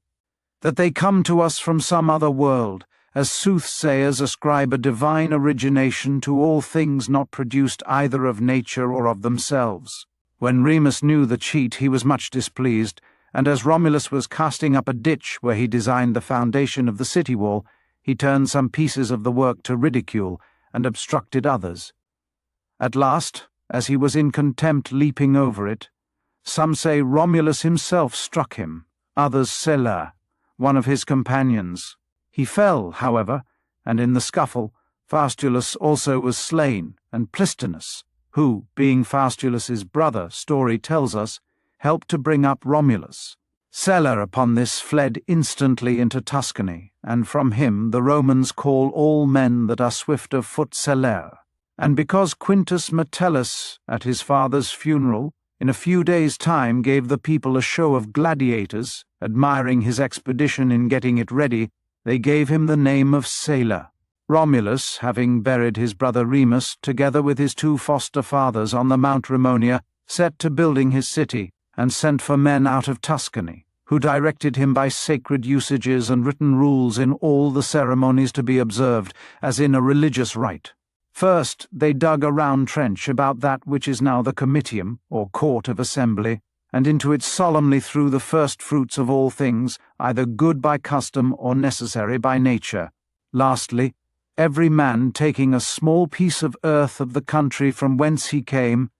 they all threw them in promiscuously together. This trench they call, as they do the heavens, mundus, making which their centre, they described the city in a circle round it. Then the founder fitted to a plough a brazen ploughshare, and yoking together a bull and a cow, drove himself a deep line or furrow round the bounds, while the business of those that followed after was to see that whatever earth was thrown up should be turned all inwards towards the city, and not to let any clod lie outside. With this line they described the wall, and called it, by a contraction, pomoerium, that is, post murum, after or beside the wall. And where they designed to make a gate, there they took out the share, carried the plough over, and left a space, for which reason they consider the whole wall as holy, except where the gates are, for had they adjudged them also sacred, they could not, without offence to religion, have given free ingress and egress for the necessaries of human life, some of which are in themselves unclean. As for the day they began to build the city, it is universally agreed to have been the 21st of April, and that day the Romans annually keep holy, calling it their country's birthday. At first, they say, they sacrificed no living creature on this day, thinking it fit to preserve the feast of their country's birthday pure and without stain of blood. Yet before ever the city was built, there was a feast of herdsmen and shepherds kept on this day, which went by the name of Palilia. The Roman and Greek months have now little or no agreement, they say. However, the day on which Romulus began to build was quite certainly the 30th of the month, at which time there was an eclipse of the sun which they conceived to be that seen by Antimachus, the Teian poet, in the 3rd year of the 6th Olympiad. In the times of Varro the philosopher, a man deeply read in Roman history, lived one Tarutius, his familiar acquaintance, a good philosopher and mathematician, and one, too, that, out of curiosity, had studied the way of drawing schemes and tables, and was thought to be a proficient in the art. To him Varro propounded to cast Romulus's nativity, even to the first day and hour, making his deductions from the several events of the man's life which he should be informed of, exactly as in working back a geometrical problem. For it belonged, he said, to the same science, both to foretell a man's life by knowing the time of his birth, and also to find out his birth by the knowledge of his life. This task Tarutius undertook, and first looking into the actions and casualties of the man, together with the time of his life and manner of his death, and then comparing all these remarks together, he very confidently and positively pronounced that Romulus was conceived in his mother's womb the 1st year of the 2nd Olympiad, the 23rd day of the month the Egyptians called Choiac, and the 3rd hour after sunset, at which time there was a total eclipse of the sun, that he was born the 21st day of the month Thoth, about sun rising, and that the first stone of Rome was laid by him the 9th day of the month Pharmuthi, between the 2nd and 3rd hour. For the fortunes of cities as well as of men, they think,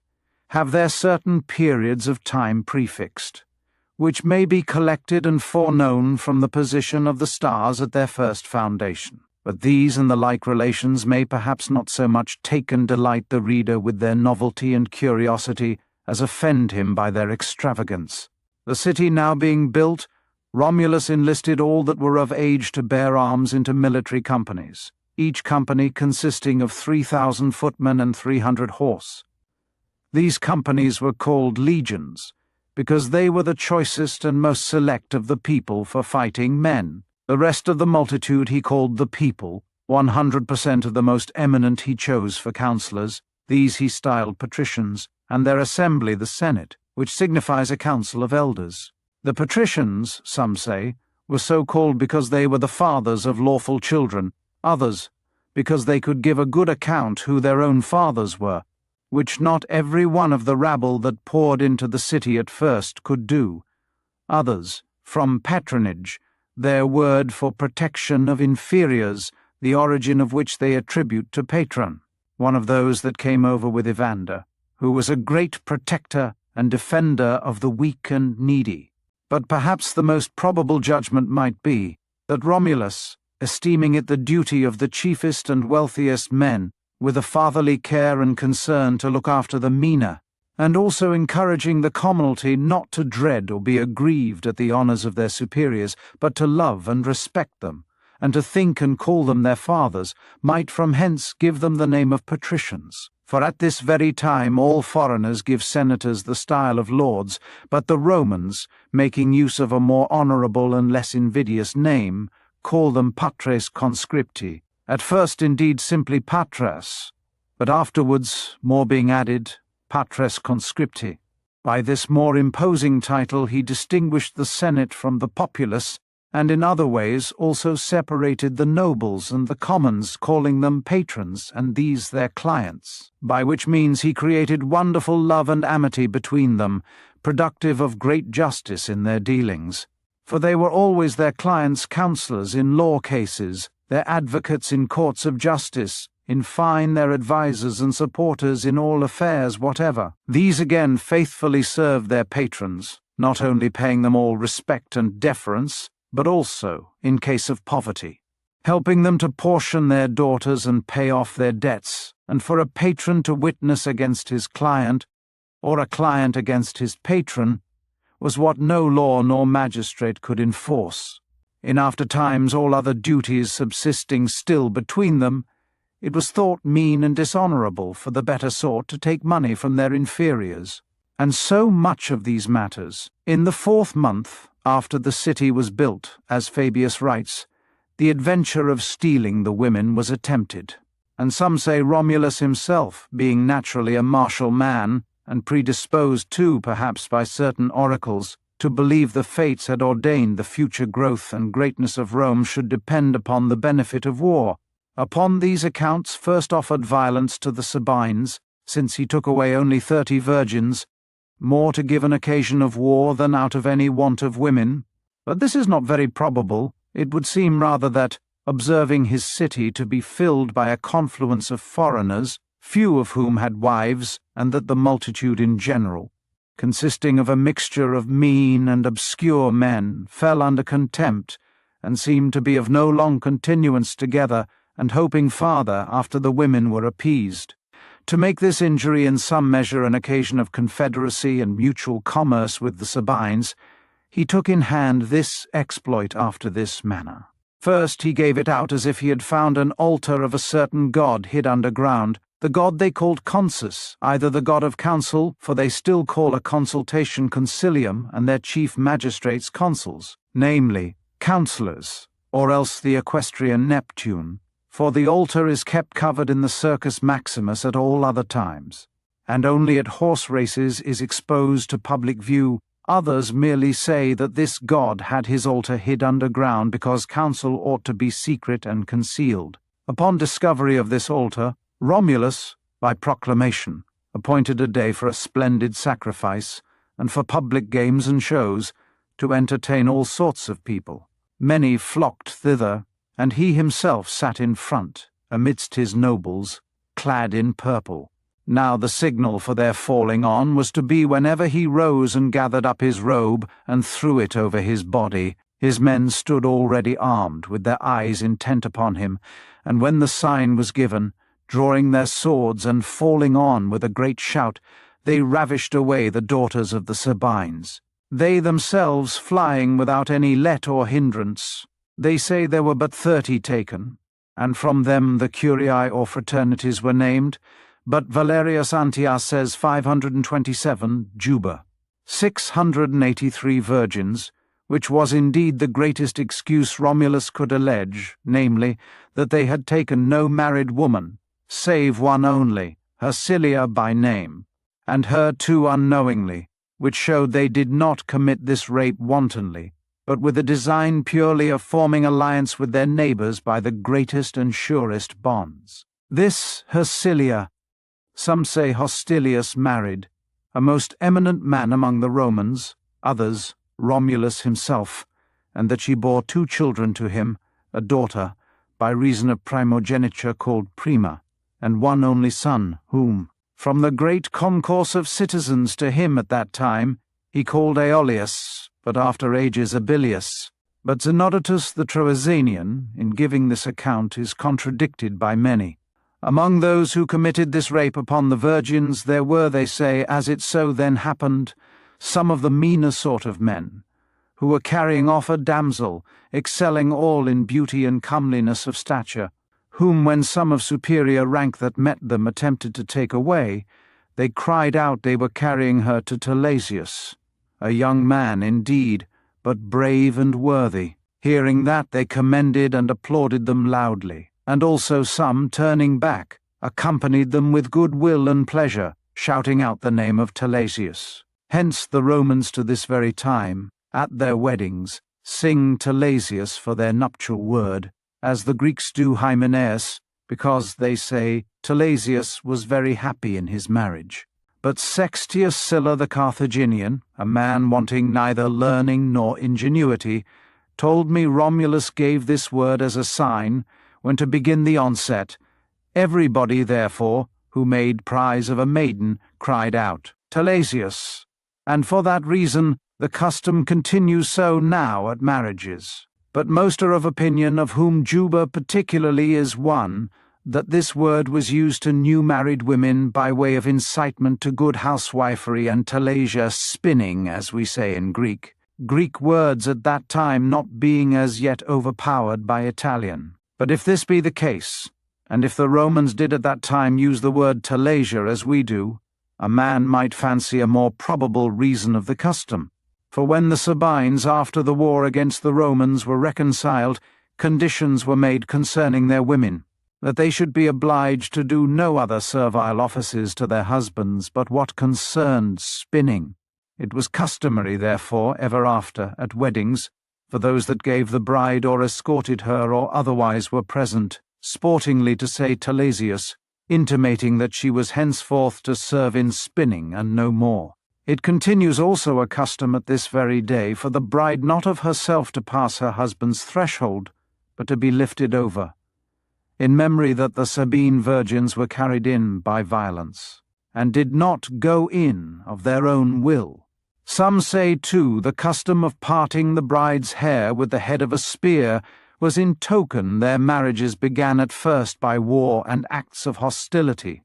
of which I have spoken more fully in my Book of Questions. This rape was committed on the 18th day of the month Sextilis, now called August, on which the solemnities of the Consualia are kept. The Sabines were a numerous and martial people, but lived in small, unfortified villages, as it befitted, they thought, a colony of the Lacedaemonians to be bold and fearless. Nevertheless, seeing themselves bound by such hostages to their good behavior, and being solicitous for their daughters, they sent ambassadors to Romulus with fair and equitable requests, that he would return their young women and recall that act of violence,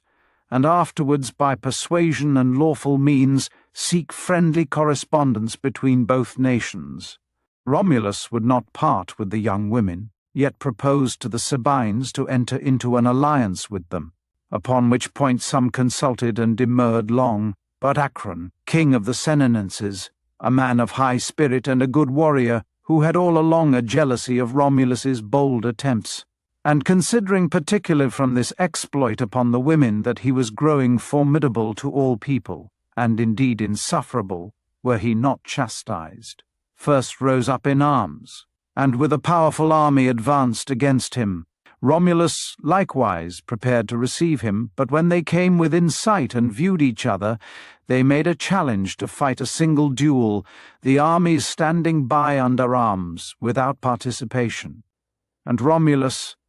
making a vow to Jupiter, if he should conquer, to carry himself and dedicate his adversary's armour to his honour, overcame him in combat, and, a battle ensuing, routed his army also, and then took his city, but did those he found in it no injury, only commanded them to demolish the place and attend him to Rome, there to be admitted to all the privileges of citizens. And indeed there was nothing did more advance the greatness of Rome, than that she did always unite and incorporate those whom she conquered into herself. Romulus, that he might perform his vow in the most acceptable manner to Jupiter, and withal make the pomp of it delightful to the eye of the city, cut down a tall oak which he saw growing in the camp, which he trimmed to the shape of a trophy,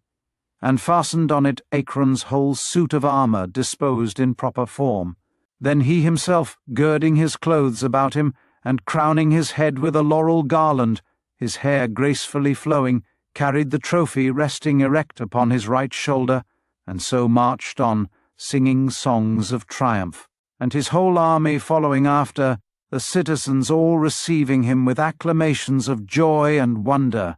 The procession of this day was the origin and model of all after triumphs. This trophy was styled an offering to Jupiter Feretrius, from ferere, which in Latin is to smite, for Romulus prayed he might smite and overthrow his enemy. And the spoils were called opima, or royal spoils, says Varro, from their richness, which the word opes signifies, though one would more probably conjecture from opus, an act, For it is only to the general of an army who with his own hand kills his enemy's general that this honor is granted of offering the opima spolia.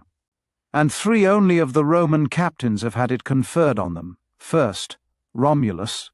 upon killing Acron the Senenensian; next, Cornelius Cossus, for slaying Tolumnius the Tuscan; and lastly, Claudius Marcellus, upon his conquering Veridomarus, king of the Gauls. The 2 latter, Cossus and Marcellus, made their entries in triumphant chariots, bearing their trophies themselves, but that Romulus made use of a chariot, Dionysius is wrong in asserting. History says,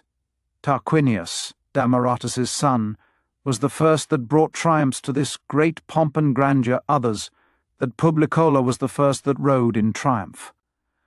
The statues of Romulus in triumph are, as may be seen in Rome, all on foot. After the overthrow of the Senenensians, the other Sabines still protracting the time in preparations, the people of Fidenae, Crustumerium, and Antemna joined their forces against the Romans. They in like manner were defeated in battle, and surrendered up to Romulus their cities to be seized, their lands and territories to be divided, and themselves to be transplanted to Rome. All the lands which Romulus acquired he distributed among the citizens, except only what the parents of the stolen virgins had.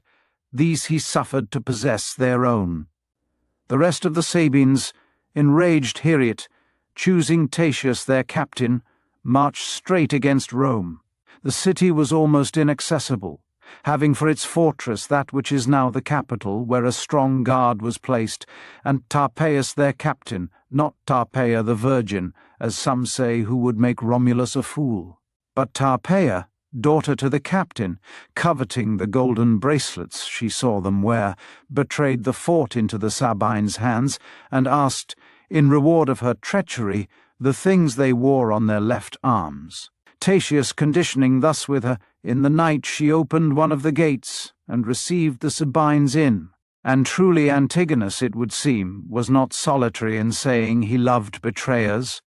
but hated those who had betrayed, nor Caesar, who told Rimetalces the Thracian that he loved the treason, but hated the traitor. But it is the general feeling of all who have occasion for wicked men's service, as people have for the poison of venomous beasts. They are glad of them while they are of use, and abhor their baseness when it is over. And so then did Theseus behave towards Tarpeia, for he commanded the Sabines in regard to their contract, not to refuse her the least part of what they wore on their left arms, and he himself first took his bracelet of his arm, and threw that, together with his buckler, at her, and all the rest following, she being borne down and quite buried with the multitude of gold and their shields, died under the weight and pressure of them. Tarpeius also himself, being prosecuted by Romulus, was found guilty of treason, as Juba says Sulpicius Galba relates. Those who write otherwise concerning Tarpeia, as that she was the daughter of Theseus, the Sabine captain, and being forcibly detained by Romulus, acted and suffered thus by her father's contrivance, speak very absurdly, of whom Antigonus is one, and Similus, the poet, who thinks Tarpeia betrayed the Capitol, not to the Sabines, but the Gauls, having fallen in love with their king, talks mere folly, saying thus, Tarpeia 'twas, who, dwelling close thereby, laid open Rome unto the enemy. She, for the love of the besieging Gaul, betrayed the city's strength, the Capitol, and a little after, speaking of her death, the numerous nations of the Celtic foe bore her not living to the banks of Po. Their heavy shields upon the maid they threw, and with their splendid gifts entombed at once and slew. Tarpeia afterwards was buried there, and the hill from her was called Tarpeius, until the reign of King Tarquin, who dedicated the place to Jupiter, at which time her bones were removed, and so it lost her name, except only that part of the Capitol which they still call the Tarpeian Rock, from which they used to cast down malefactors. The Sabines being possessed of the hill, Romulus, in great fury, bade them battle, and Theseus was confident to accept it, perceiving, if they were overpowered, that they had behind them a secure retreat. The level in the middle, where they were to join battle, being surrounded with many little hills, seemed to enforce both parties to a sharp and desperate conflict by reason of the difficulties of the place, which had but a few outlets, inconvenient either for refuge or pursuit. It happened, too, the river having overflowed not many days before,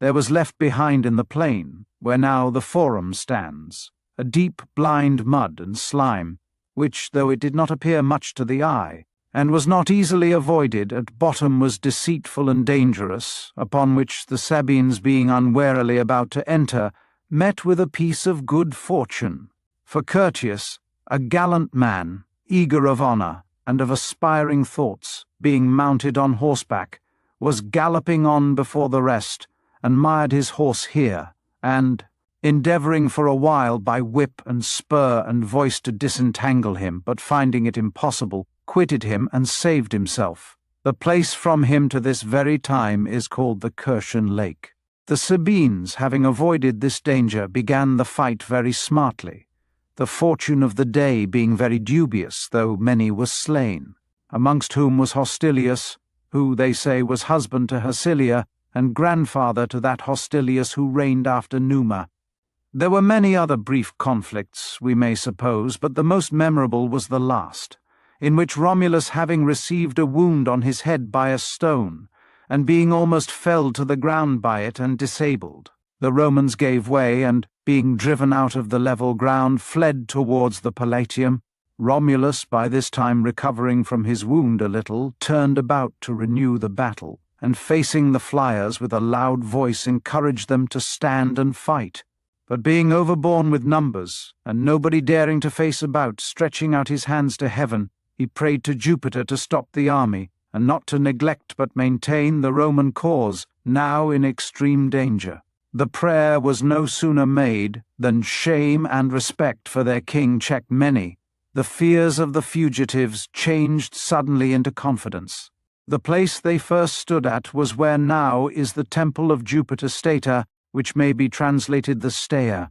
There they rallied again into ranks, and repulsed the Sabines to the place called now Regia, and to the temple of Vesta, where both parties, preparing to begin a second battle, were prevented by a spectacle, strange to behold and defying description. For the daughters of the Sabines, who had been carried off, came running, in great confusion, some on this side, some on that, with miserable cries and lamentations, like creatures possessed, in the midst of the army. And among the dead bodies, to come at their husbands and their fathers, some with their young babes in their arms, others their hair loose about their ears, but all calling, now upon the Sabines, now upon the Romans, in the most tender and endearing words. Hereupon both melted into compassion, and fell back, to make room for them between the armies.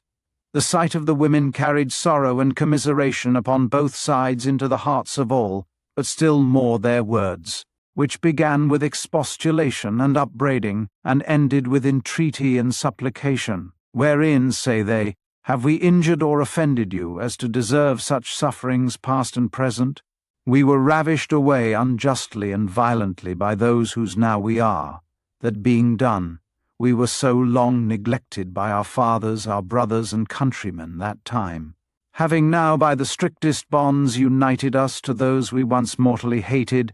has made it impossible for us not to tremble at the danger and weep at the death of the very men who once used violence to us. You did not come to vindicate our honour while we were virgins against our assailants, but do come now to force away wives from their husbands and mothers from their children, a succour more grievous to its wretched objects than the former betrayal and neglect of them. Which shall we call the worst, their love-making or your compassion? If you were making war upon any other occasion, for our sakes, you ought to withhold your hands from those to whom we have made you fathers-in-law and grandsires. If it be for our own cause, then take us, and with us your sons-in-law and grandchildren. Restore to us our parents and kindred, but do not rob us of our children and husbands. Make us not, we entreat you, twice captives. Hersilia, having spoken many such words as these, and the others earnestly praying,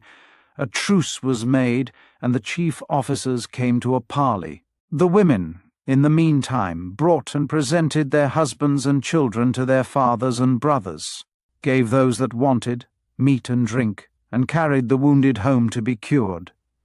and showed also how much they governed within doors, and how indulgent their husbands were to them, in demeaning themselves towards them with all kindness and respect imaginable. Upon this conditions were agreed upon, that what women pleased might stay where they were, exempt, as aforesaid, from all drudgery and labour but spinning,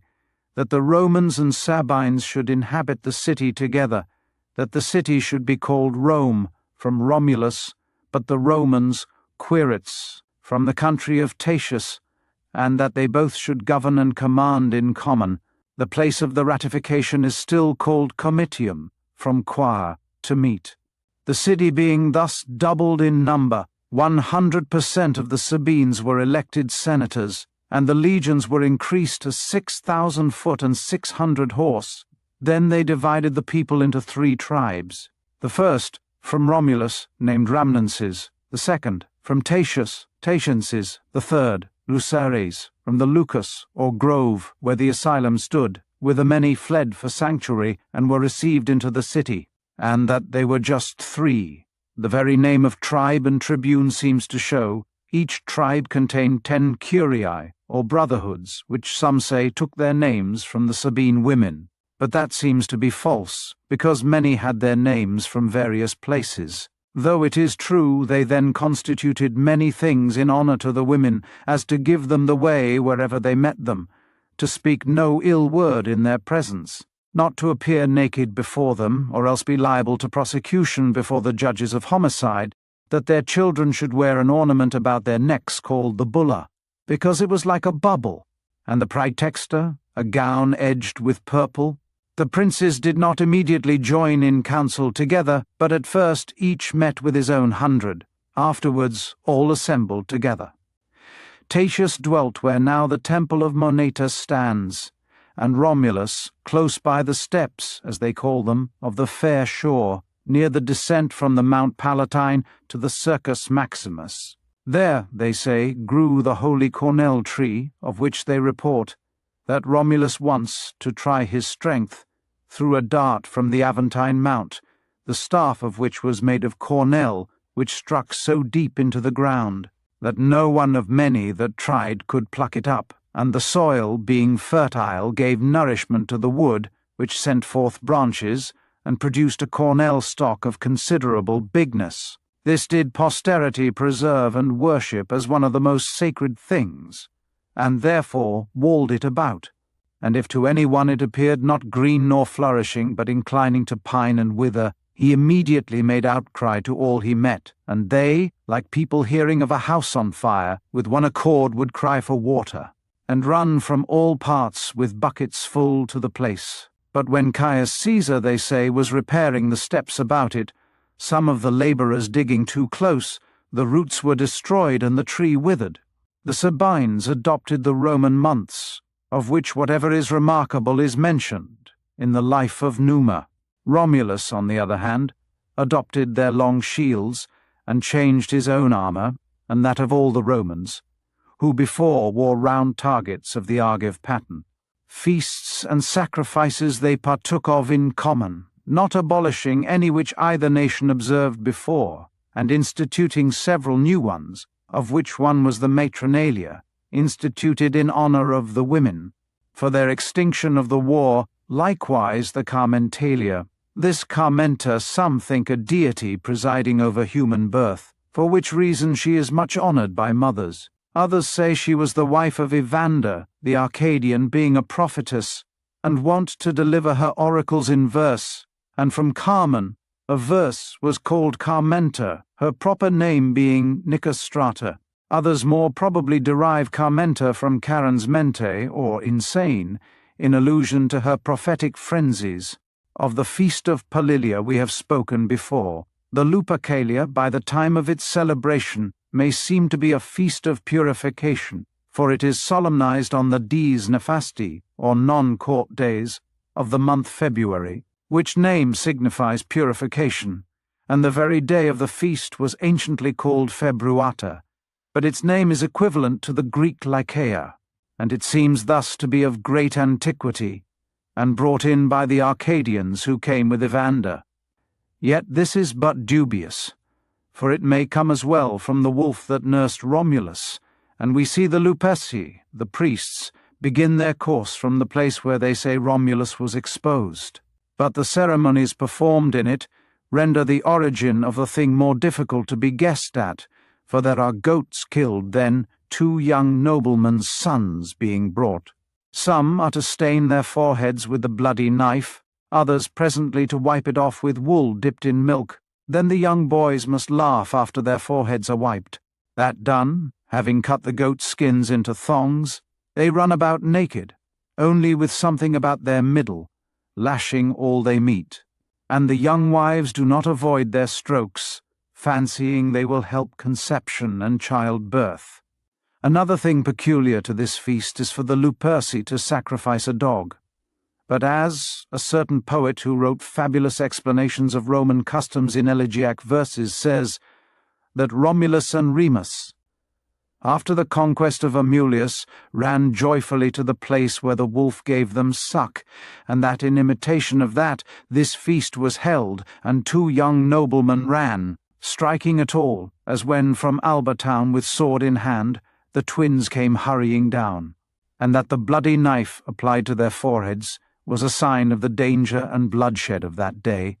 the cleansing of them in milk, a remembrance of their food and nourishment. Caius Caecilius writes that, before the city was built, the cattle of Romulus and Remus one day going astray, they, praying to the god Faunus, ran out to seek them naked, wishing not to be troubled with sweat, and that this is why the Luperci run naked. If the sacrifice be by way of purification, a dog might very well be sacrificed, for the Greeks in their lustrations carry out young dogs, and frequently use this ceremony of perisillicismus, as they call it, or if again it is a sacrifice of gratitude to the wolf that nourished and preserved Romulus, there is good reason in killing a dog, as being an enemy to wolves.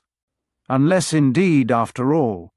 the creature is punished for hindering the Luperci in their running. They say, too, Romulus was the first that consecrated holy fire, and instituted holy virgins to keep it, called Vestals. Others ascribe it to Numa Pompilius, agreeing, however, that Romulus was otherwise eminently religious and skilled in divination, and for that reason carried the lituus, a crooked rod with which soothsayers describe the quarters of the heavens when they sit to observe the flights of birds. This of his, being kept in the Palatium, was lost when the city was taken by the Gauls, and afterwards, that barbarous people being driven out, was found in the ruins under a great heap of ashes, untouched by the fire, all things about it being consumed and burnt. He instituted also certain laws, one of which is somewhat severe, which suffers not a wife to leave her husband, but grants a husband power to turn off his wife, either upon poisoning her children, or counterfeiting his keys, or for adultery. But if the husband upon any other occasion put her away, he ordered 1 moiety of his estate to be given to the wife, the other to fall to the goddess Ceres, and whoever cast off his wife,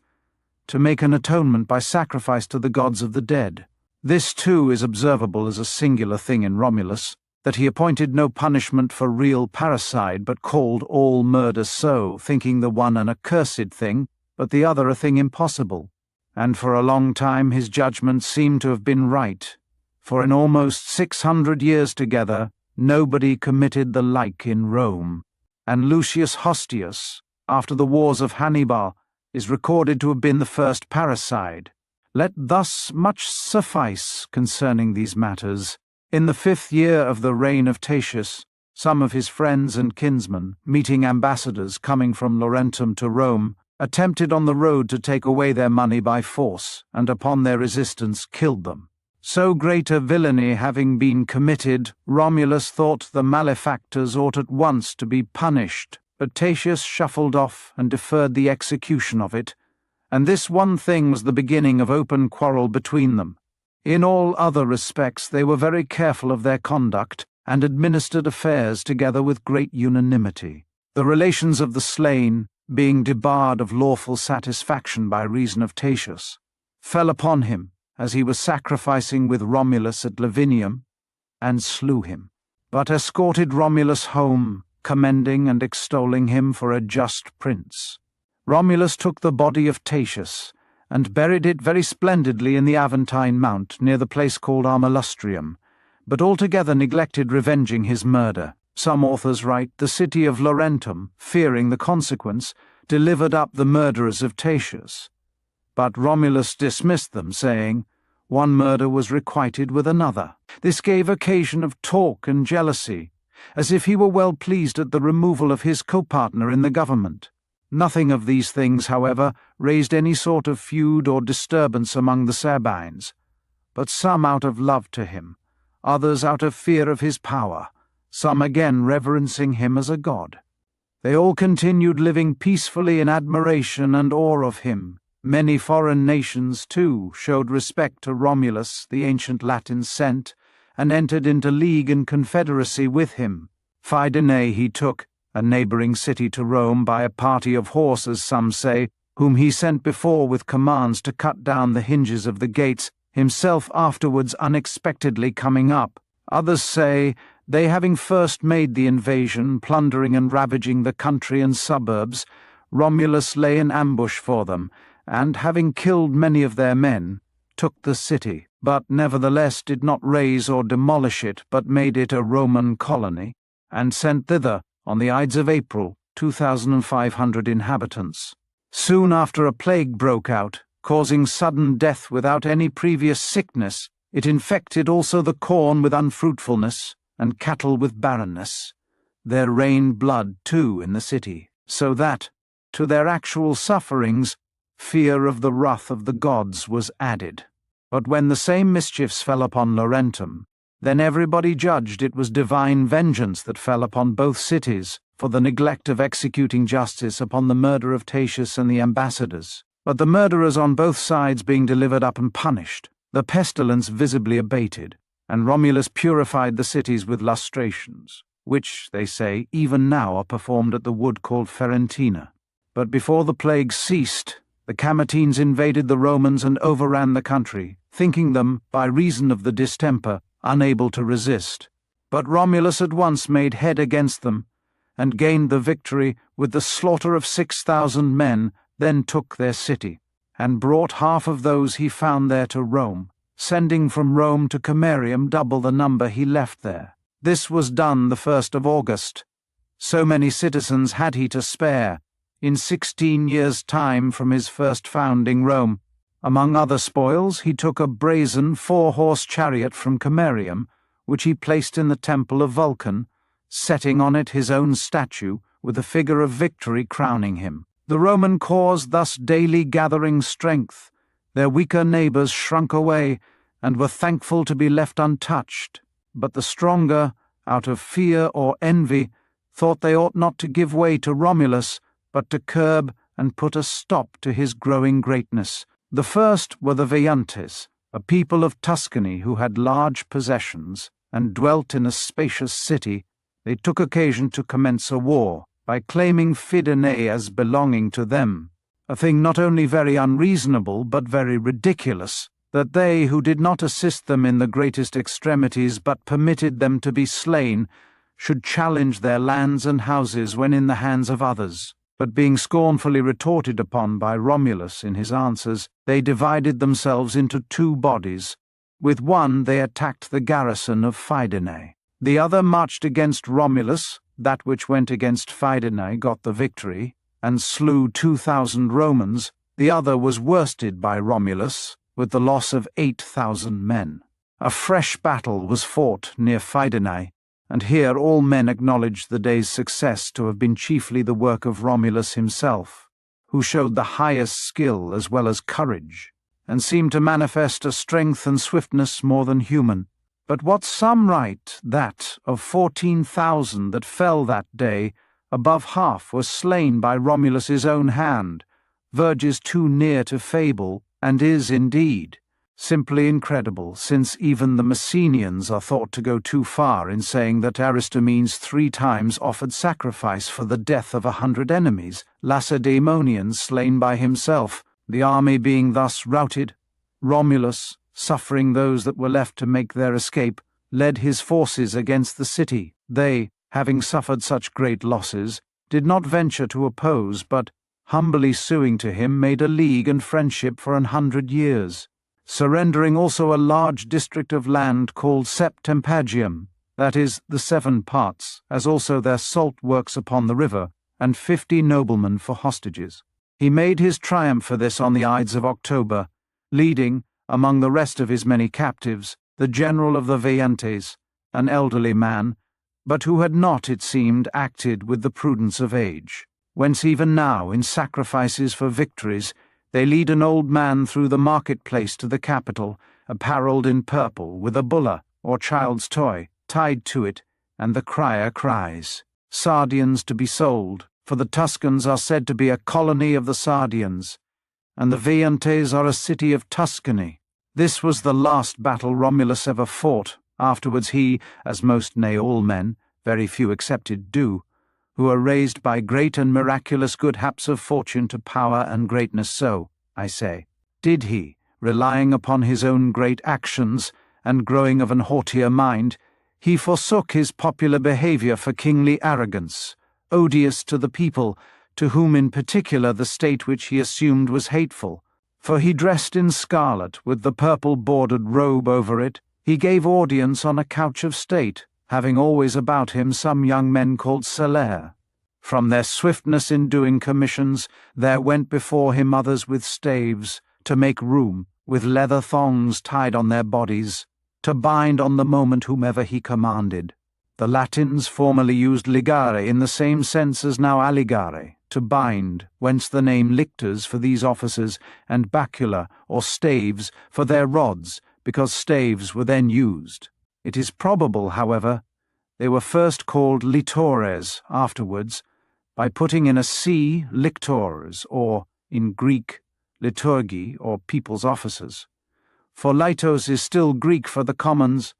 and laus for the people in general. But when, after the death of his grandfather Numitor in Alba, the throne devolving upon Romulus, he, to court the people, put the government into their own hands, and appointed an annual magistrate over the Albans. This taught the great men of Rome to seek after a free and anti-monarchical state, wherein all might in turn be subjects and rulers. For neither were the patricians any longer admitted to state affairs, only had the name and title left them, convening in council rather for fashion's sake than advice, where they heard in silence the king's commands, and so departed, exceeding the commonalty only in hearing first what was done. These and the like were matters of small moment, but when he of his own accord parted among his soldiers what lands were acquired by war, and restored the Veientes their hostages, the Senate neither consenting nor approving of it, then indeed he seemed to put a great affront upon them, so that, on his sudden and strange disappearance a short while after, the Senate fell under suspicion and calumny. He disappeared on the nones of July, as they now call the month which was then Quintilis, leaving nothing of certainty to be related of his death, only the time, as just mentioned, for on that day many ceremonies are still performed in representation of what happened. Neither is this uncertainty to be thought strange, seeing the manner of the death of Scipio Africanus, who died at his own home after supper, has been found capable neither of proof or disproof. For some say he died a natural death, being of a sickly habit, others, that he poisoned himself. Others again, that his enemies, breaking in upon him in the night, stifled him. Yet Scipio's dead body lay open to be seen of all, and any one from his own observation might form his suspicions and conjectures, whereas Romulus, when he vanished, left neither the least part of his body nor any remnant of his clothes to be seen, so that some fancied the senators, having fallen upon him ill the temple of Vulcan, cut his body into pieces, and took each a part away in his bosom. Others think his disappearance was neither in the temple of Vulcan, nor with the senators only by, But that it came to pass that, as he was haranguing the people without the city, near a place called the Goat's Marsh, on a sudden strange and unaccountable disorders and alterations took place in the air. The face of the sun was darkened, and the day turned into night, and that too no quiet peaceable night, but with terrible thunderings, and boisterous winds from all quarters, during which the common people dispersed and fled, but the senators kept close together. The tempest being over, and the light breaking out, when the people gathered again, they missed and inquired for their king. The senators suffered them not to search or busy themselves about the matter, but commanded them to honor and worship Romulus as one taken up to the gods, and about to be to them in the place of a good prince, now a propitious god. The multitude, hearing this, went away believing and rejoicing in hopes of good things from him, but there were some who, canvassing the matter in a hostile temper, accused and aspersed the patricians, as men that persuaded the people to believe ridiculous tales, when they themselves were the murderers of the king. Things being in this disorder, one, they say, of the patricians, of noble family and approved good character, and a faithful and familiar friend of Romulus himself, having come with him from Alba, Julius Proculus by name, presented himself in the forum, and, taking a most sacred oath, protested before them all that, as he was travelling on the road, he had seen Romulus coming to meet him, looking taller and comelier than ever, dressed in shining and faming armour, and he, being affrighted at the apparition, said, "Why, O king, or for what purpose have you abandoned us to unjust and wicked surmises, and the whole city to bereavement and endless sorrow?" And that he made answer, "It pleased the gods, O Proculus, that we who came from them should remain so long a time amongst men as we did, and, having built a city to be the greatest in the world for empire and glory, should again return to heaven. But farewell, and tell the Romans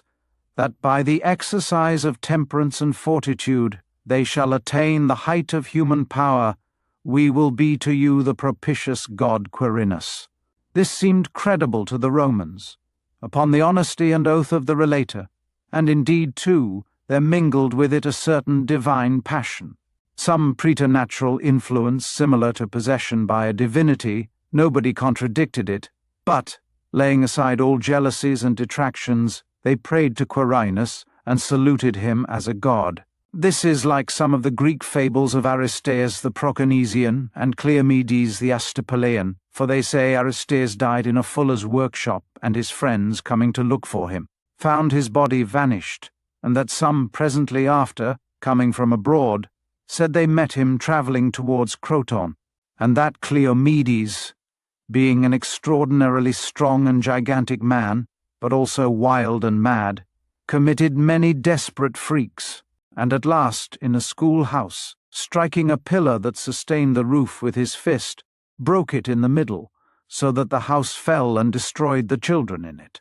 And being pursued, he fled into a great chest, and, shutting to the lid, held it so fast that many men, with their united strength, could not force it open. Afterwards, breaking the chest to pieces,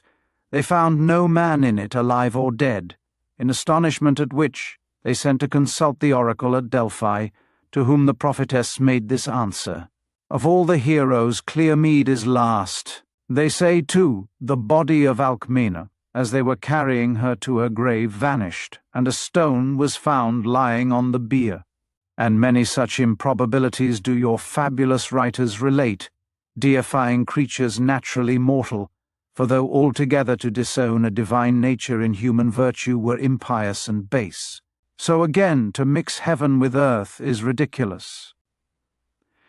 Let us believe with Pindar that all human bodies yield to death's decree. The soul survives to all eternity, for that alone is derived from the gods, thence comes, and thither returns not with the body, but when most disengaged and separated from it, and when most entirely pure and clean and free from the flesh, for the most perfect soul, says Heraclitus, is a dry light,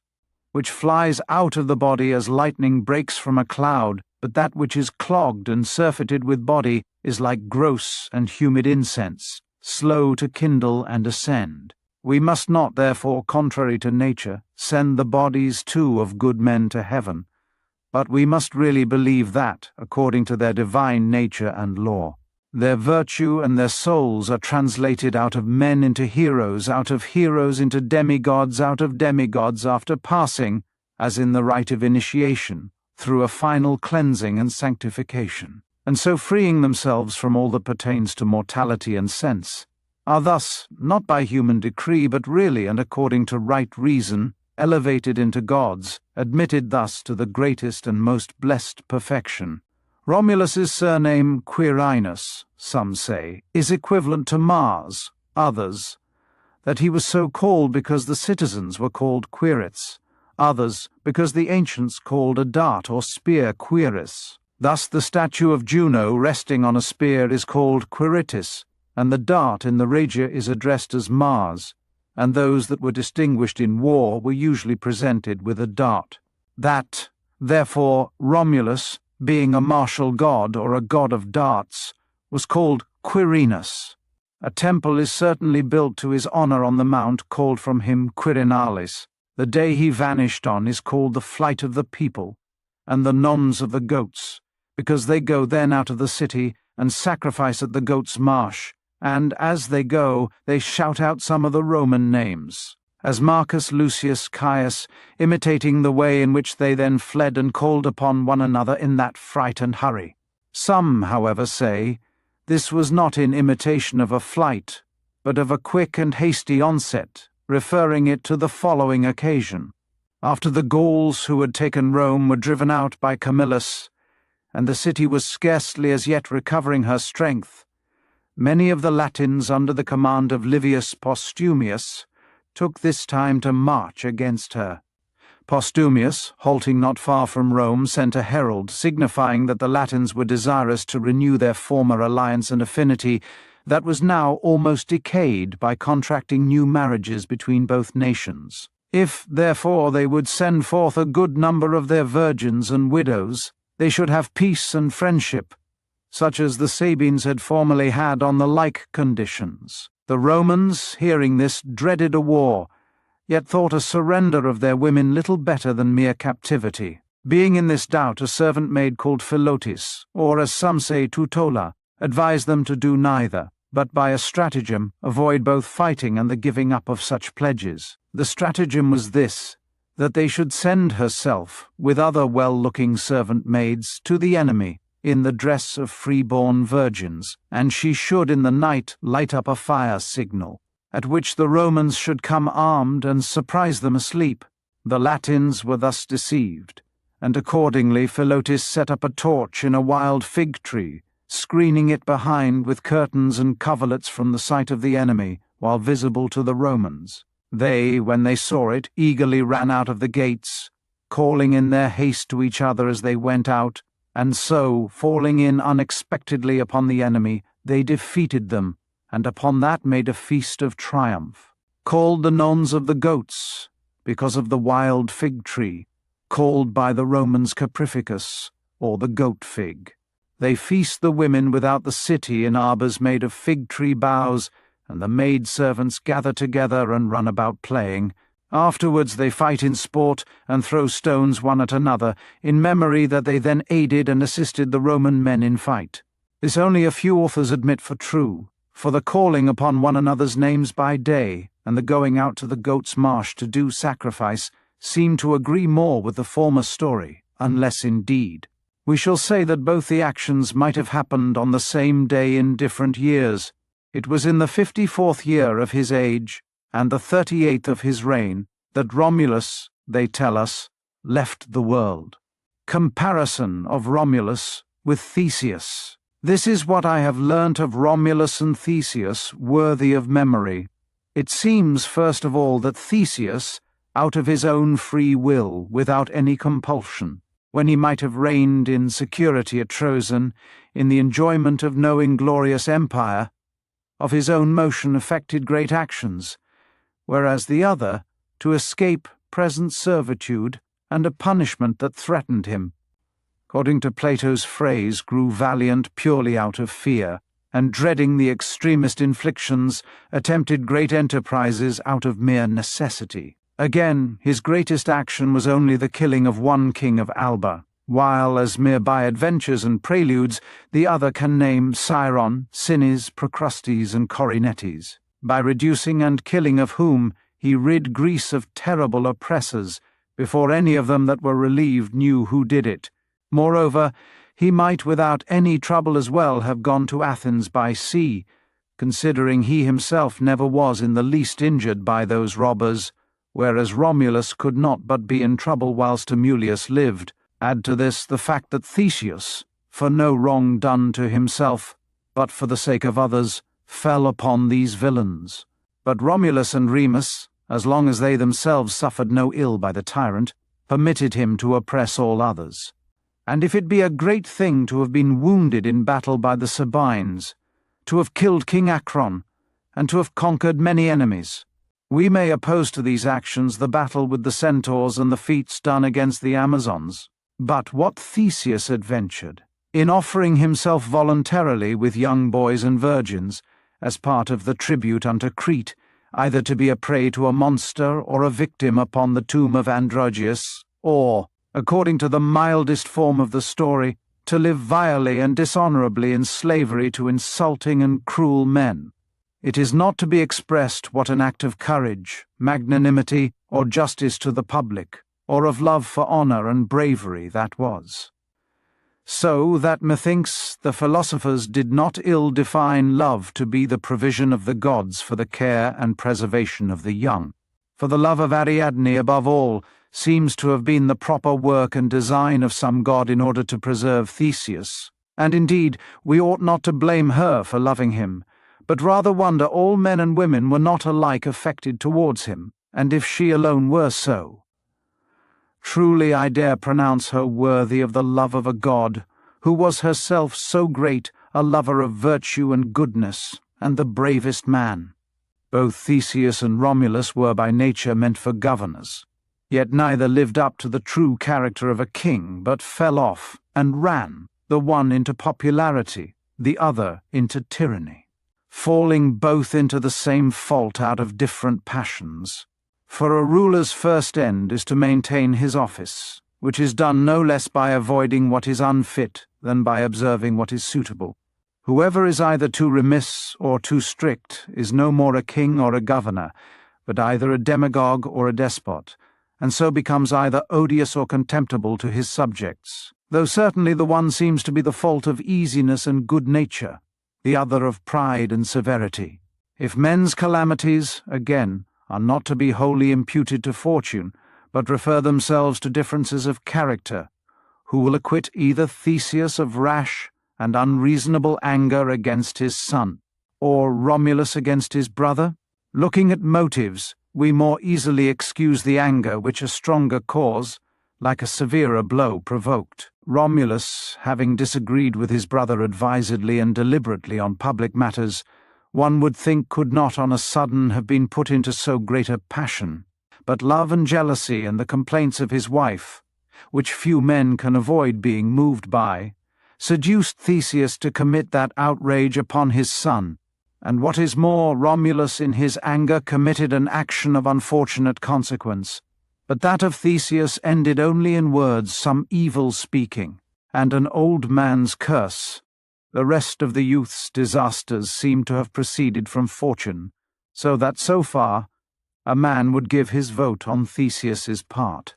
But Romulus has first of all one great plea, that his performances proceeded from very small beginnings. For both the brothers being thought-servants, and the sons of swineherds, before becoming freemen themselves, gave liberty to almost all the Latins, obtaining at once all the most honourable titles, as destroyers of their country's enemies,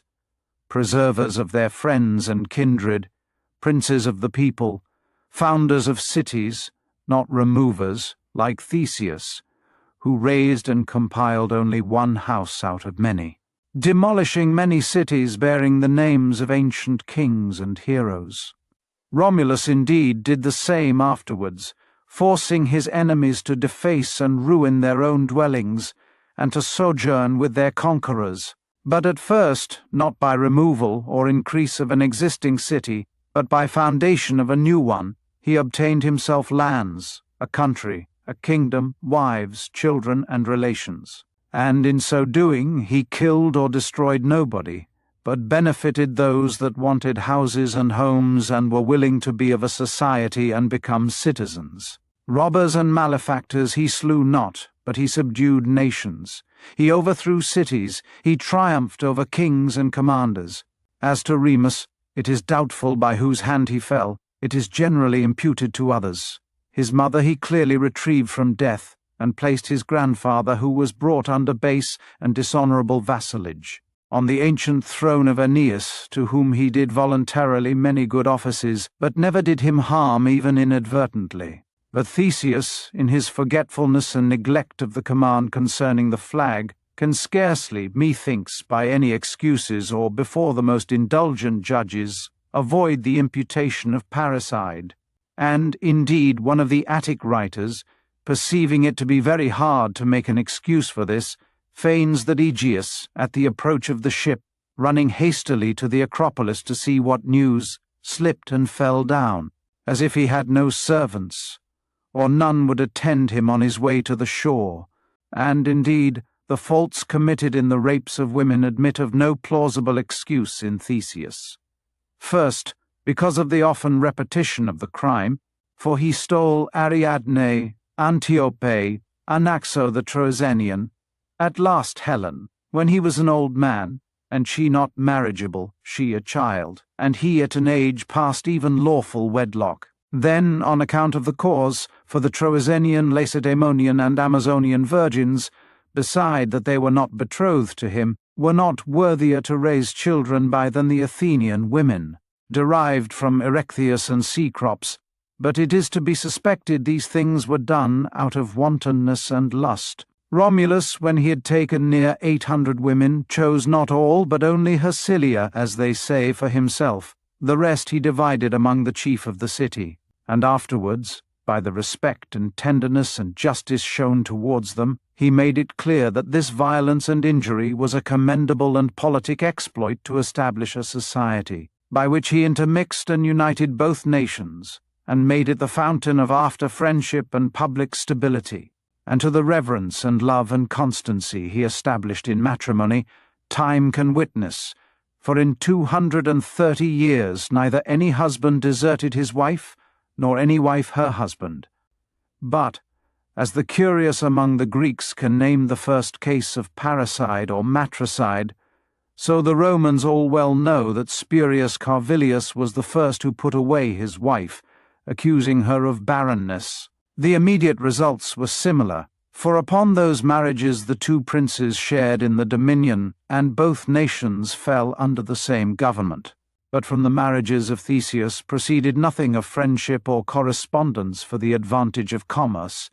but enmities and wars and the slaughter of citizens, and at last the loss of the city Aphidne, when only out of the compassion of the enemy, whom they entreated and caressed like gods, they escaped suffering what Troy did by Paris. Theseus's mother, however, was not only in danger, but suffered actually what Hecuba did, deserted and neglected by her son, unless her captivity be not a fiction, as I could wish both that and other things were. The circumstances of the divine intervention, said to have preceded or accompanied their births, are also in contrast, for Romulus was preserved by the special favour of the gods. But the oracle given to Aegeus commanding him to abstain seems to demonstrate that the birth of Theseus was not agreeable to the will of the gods.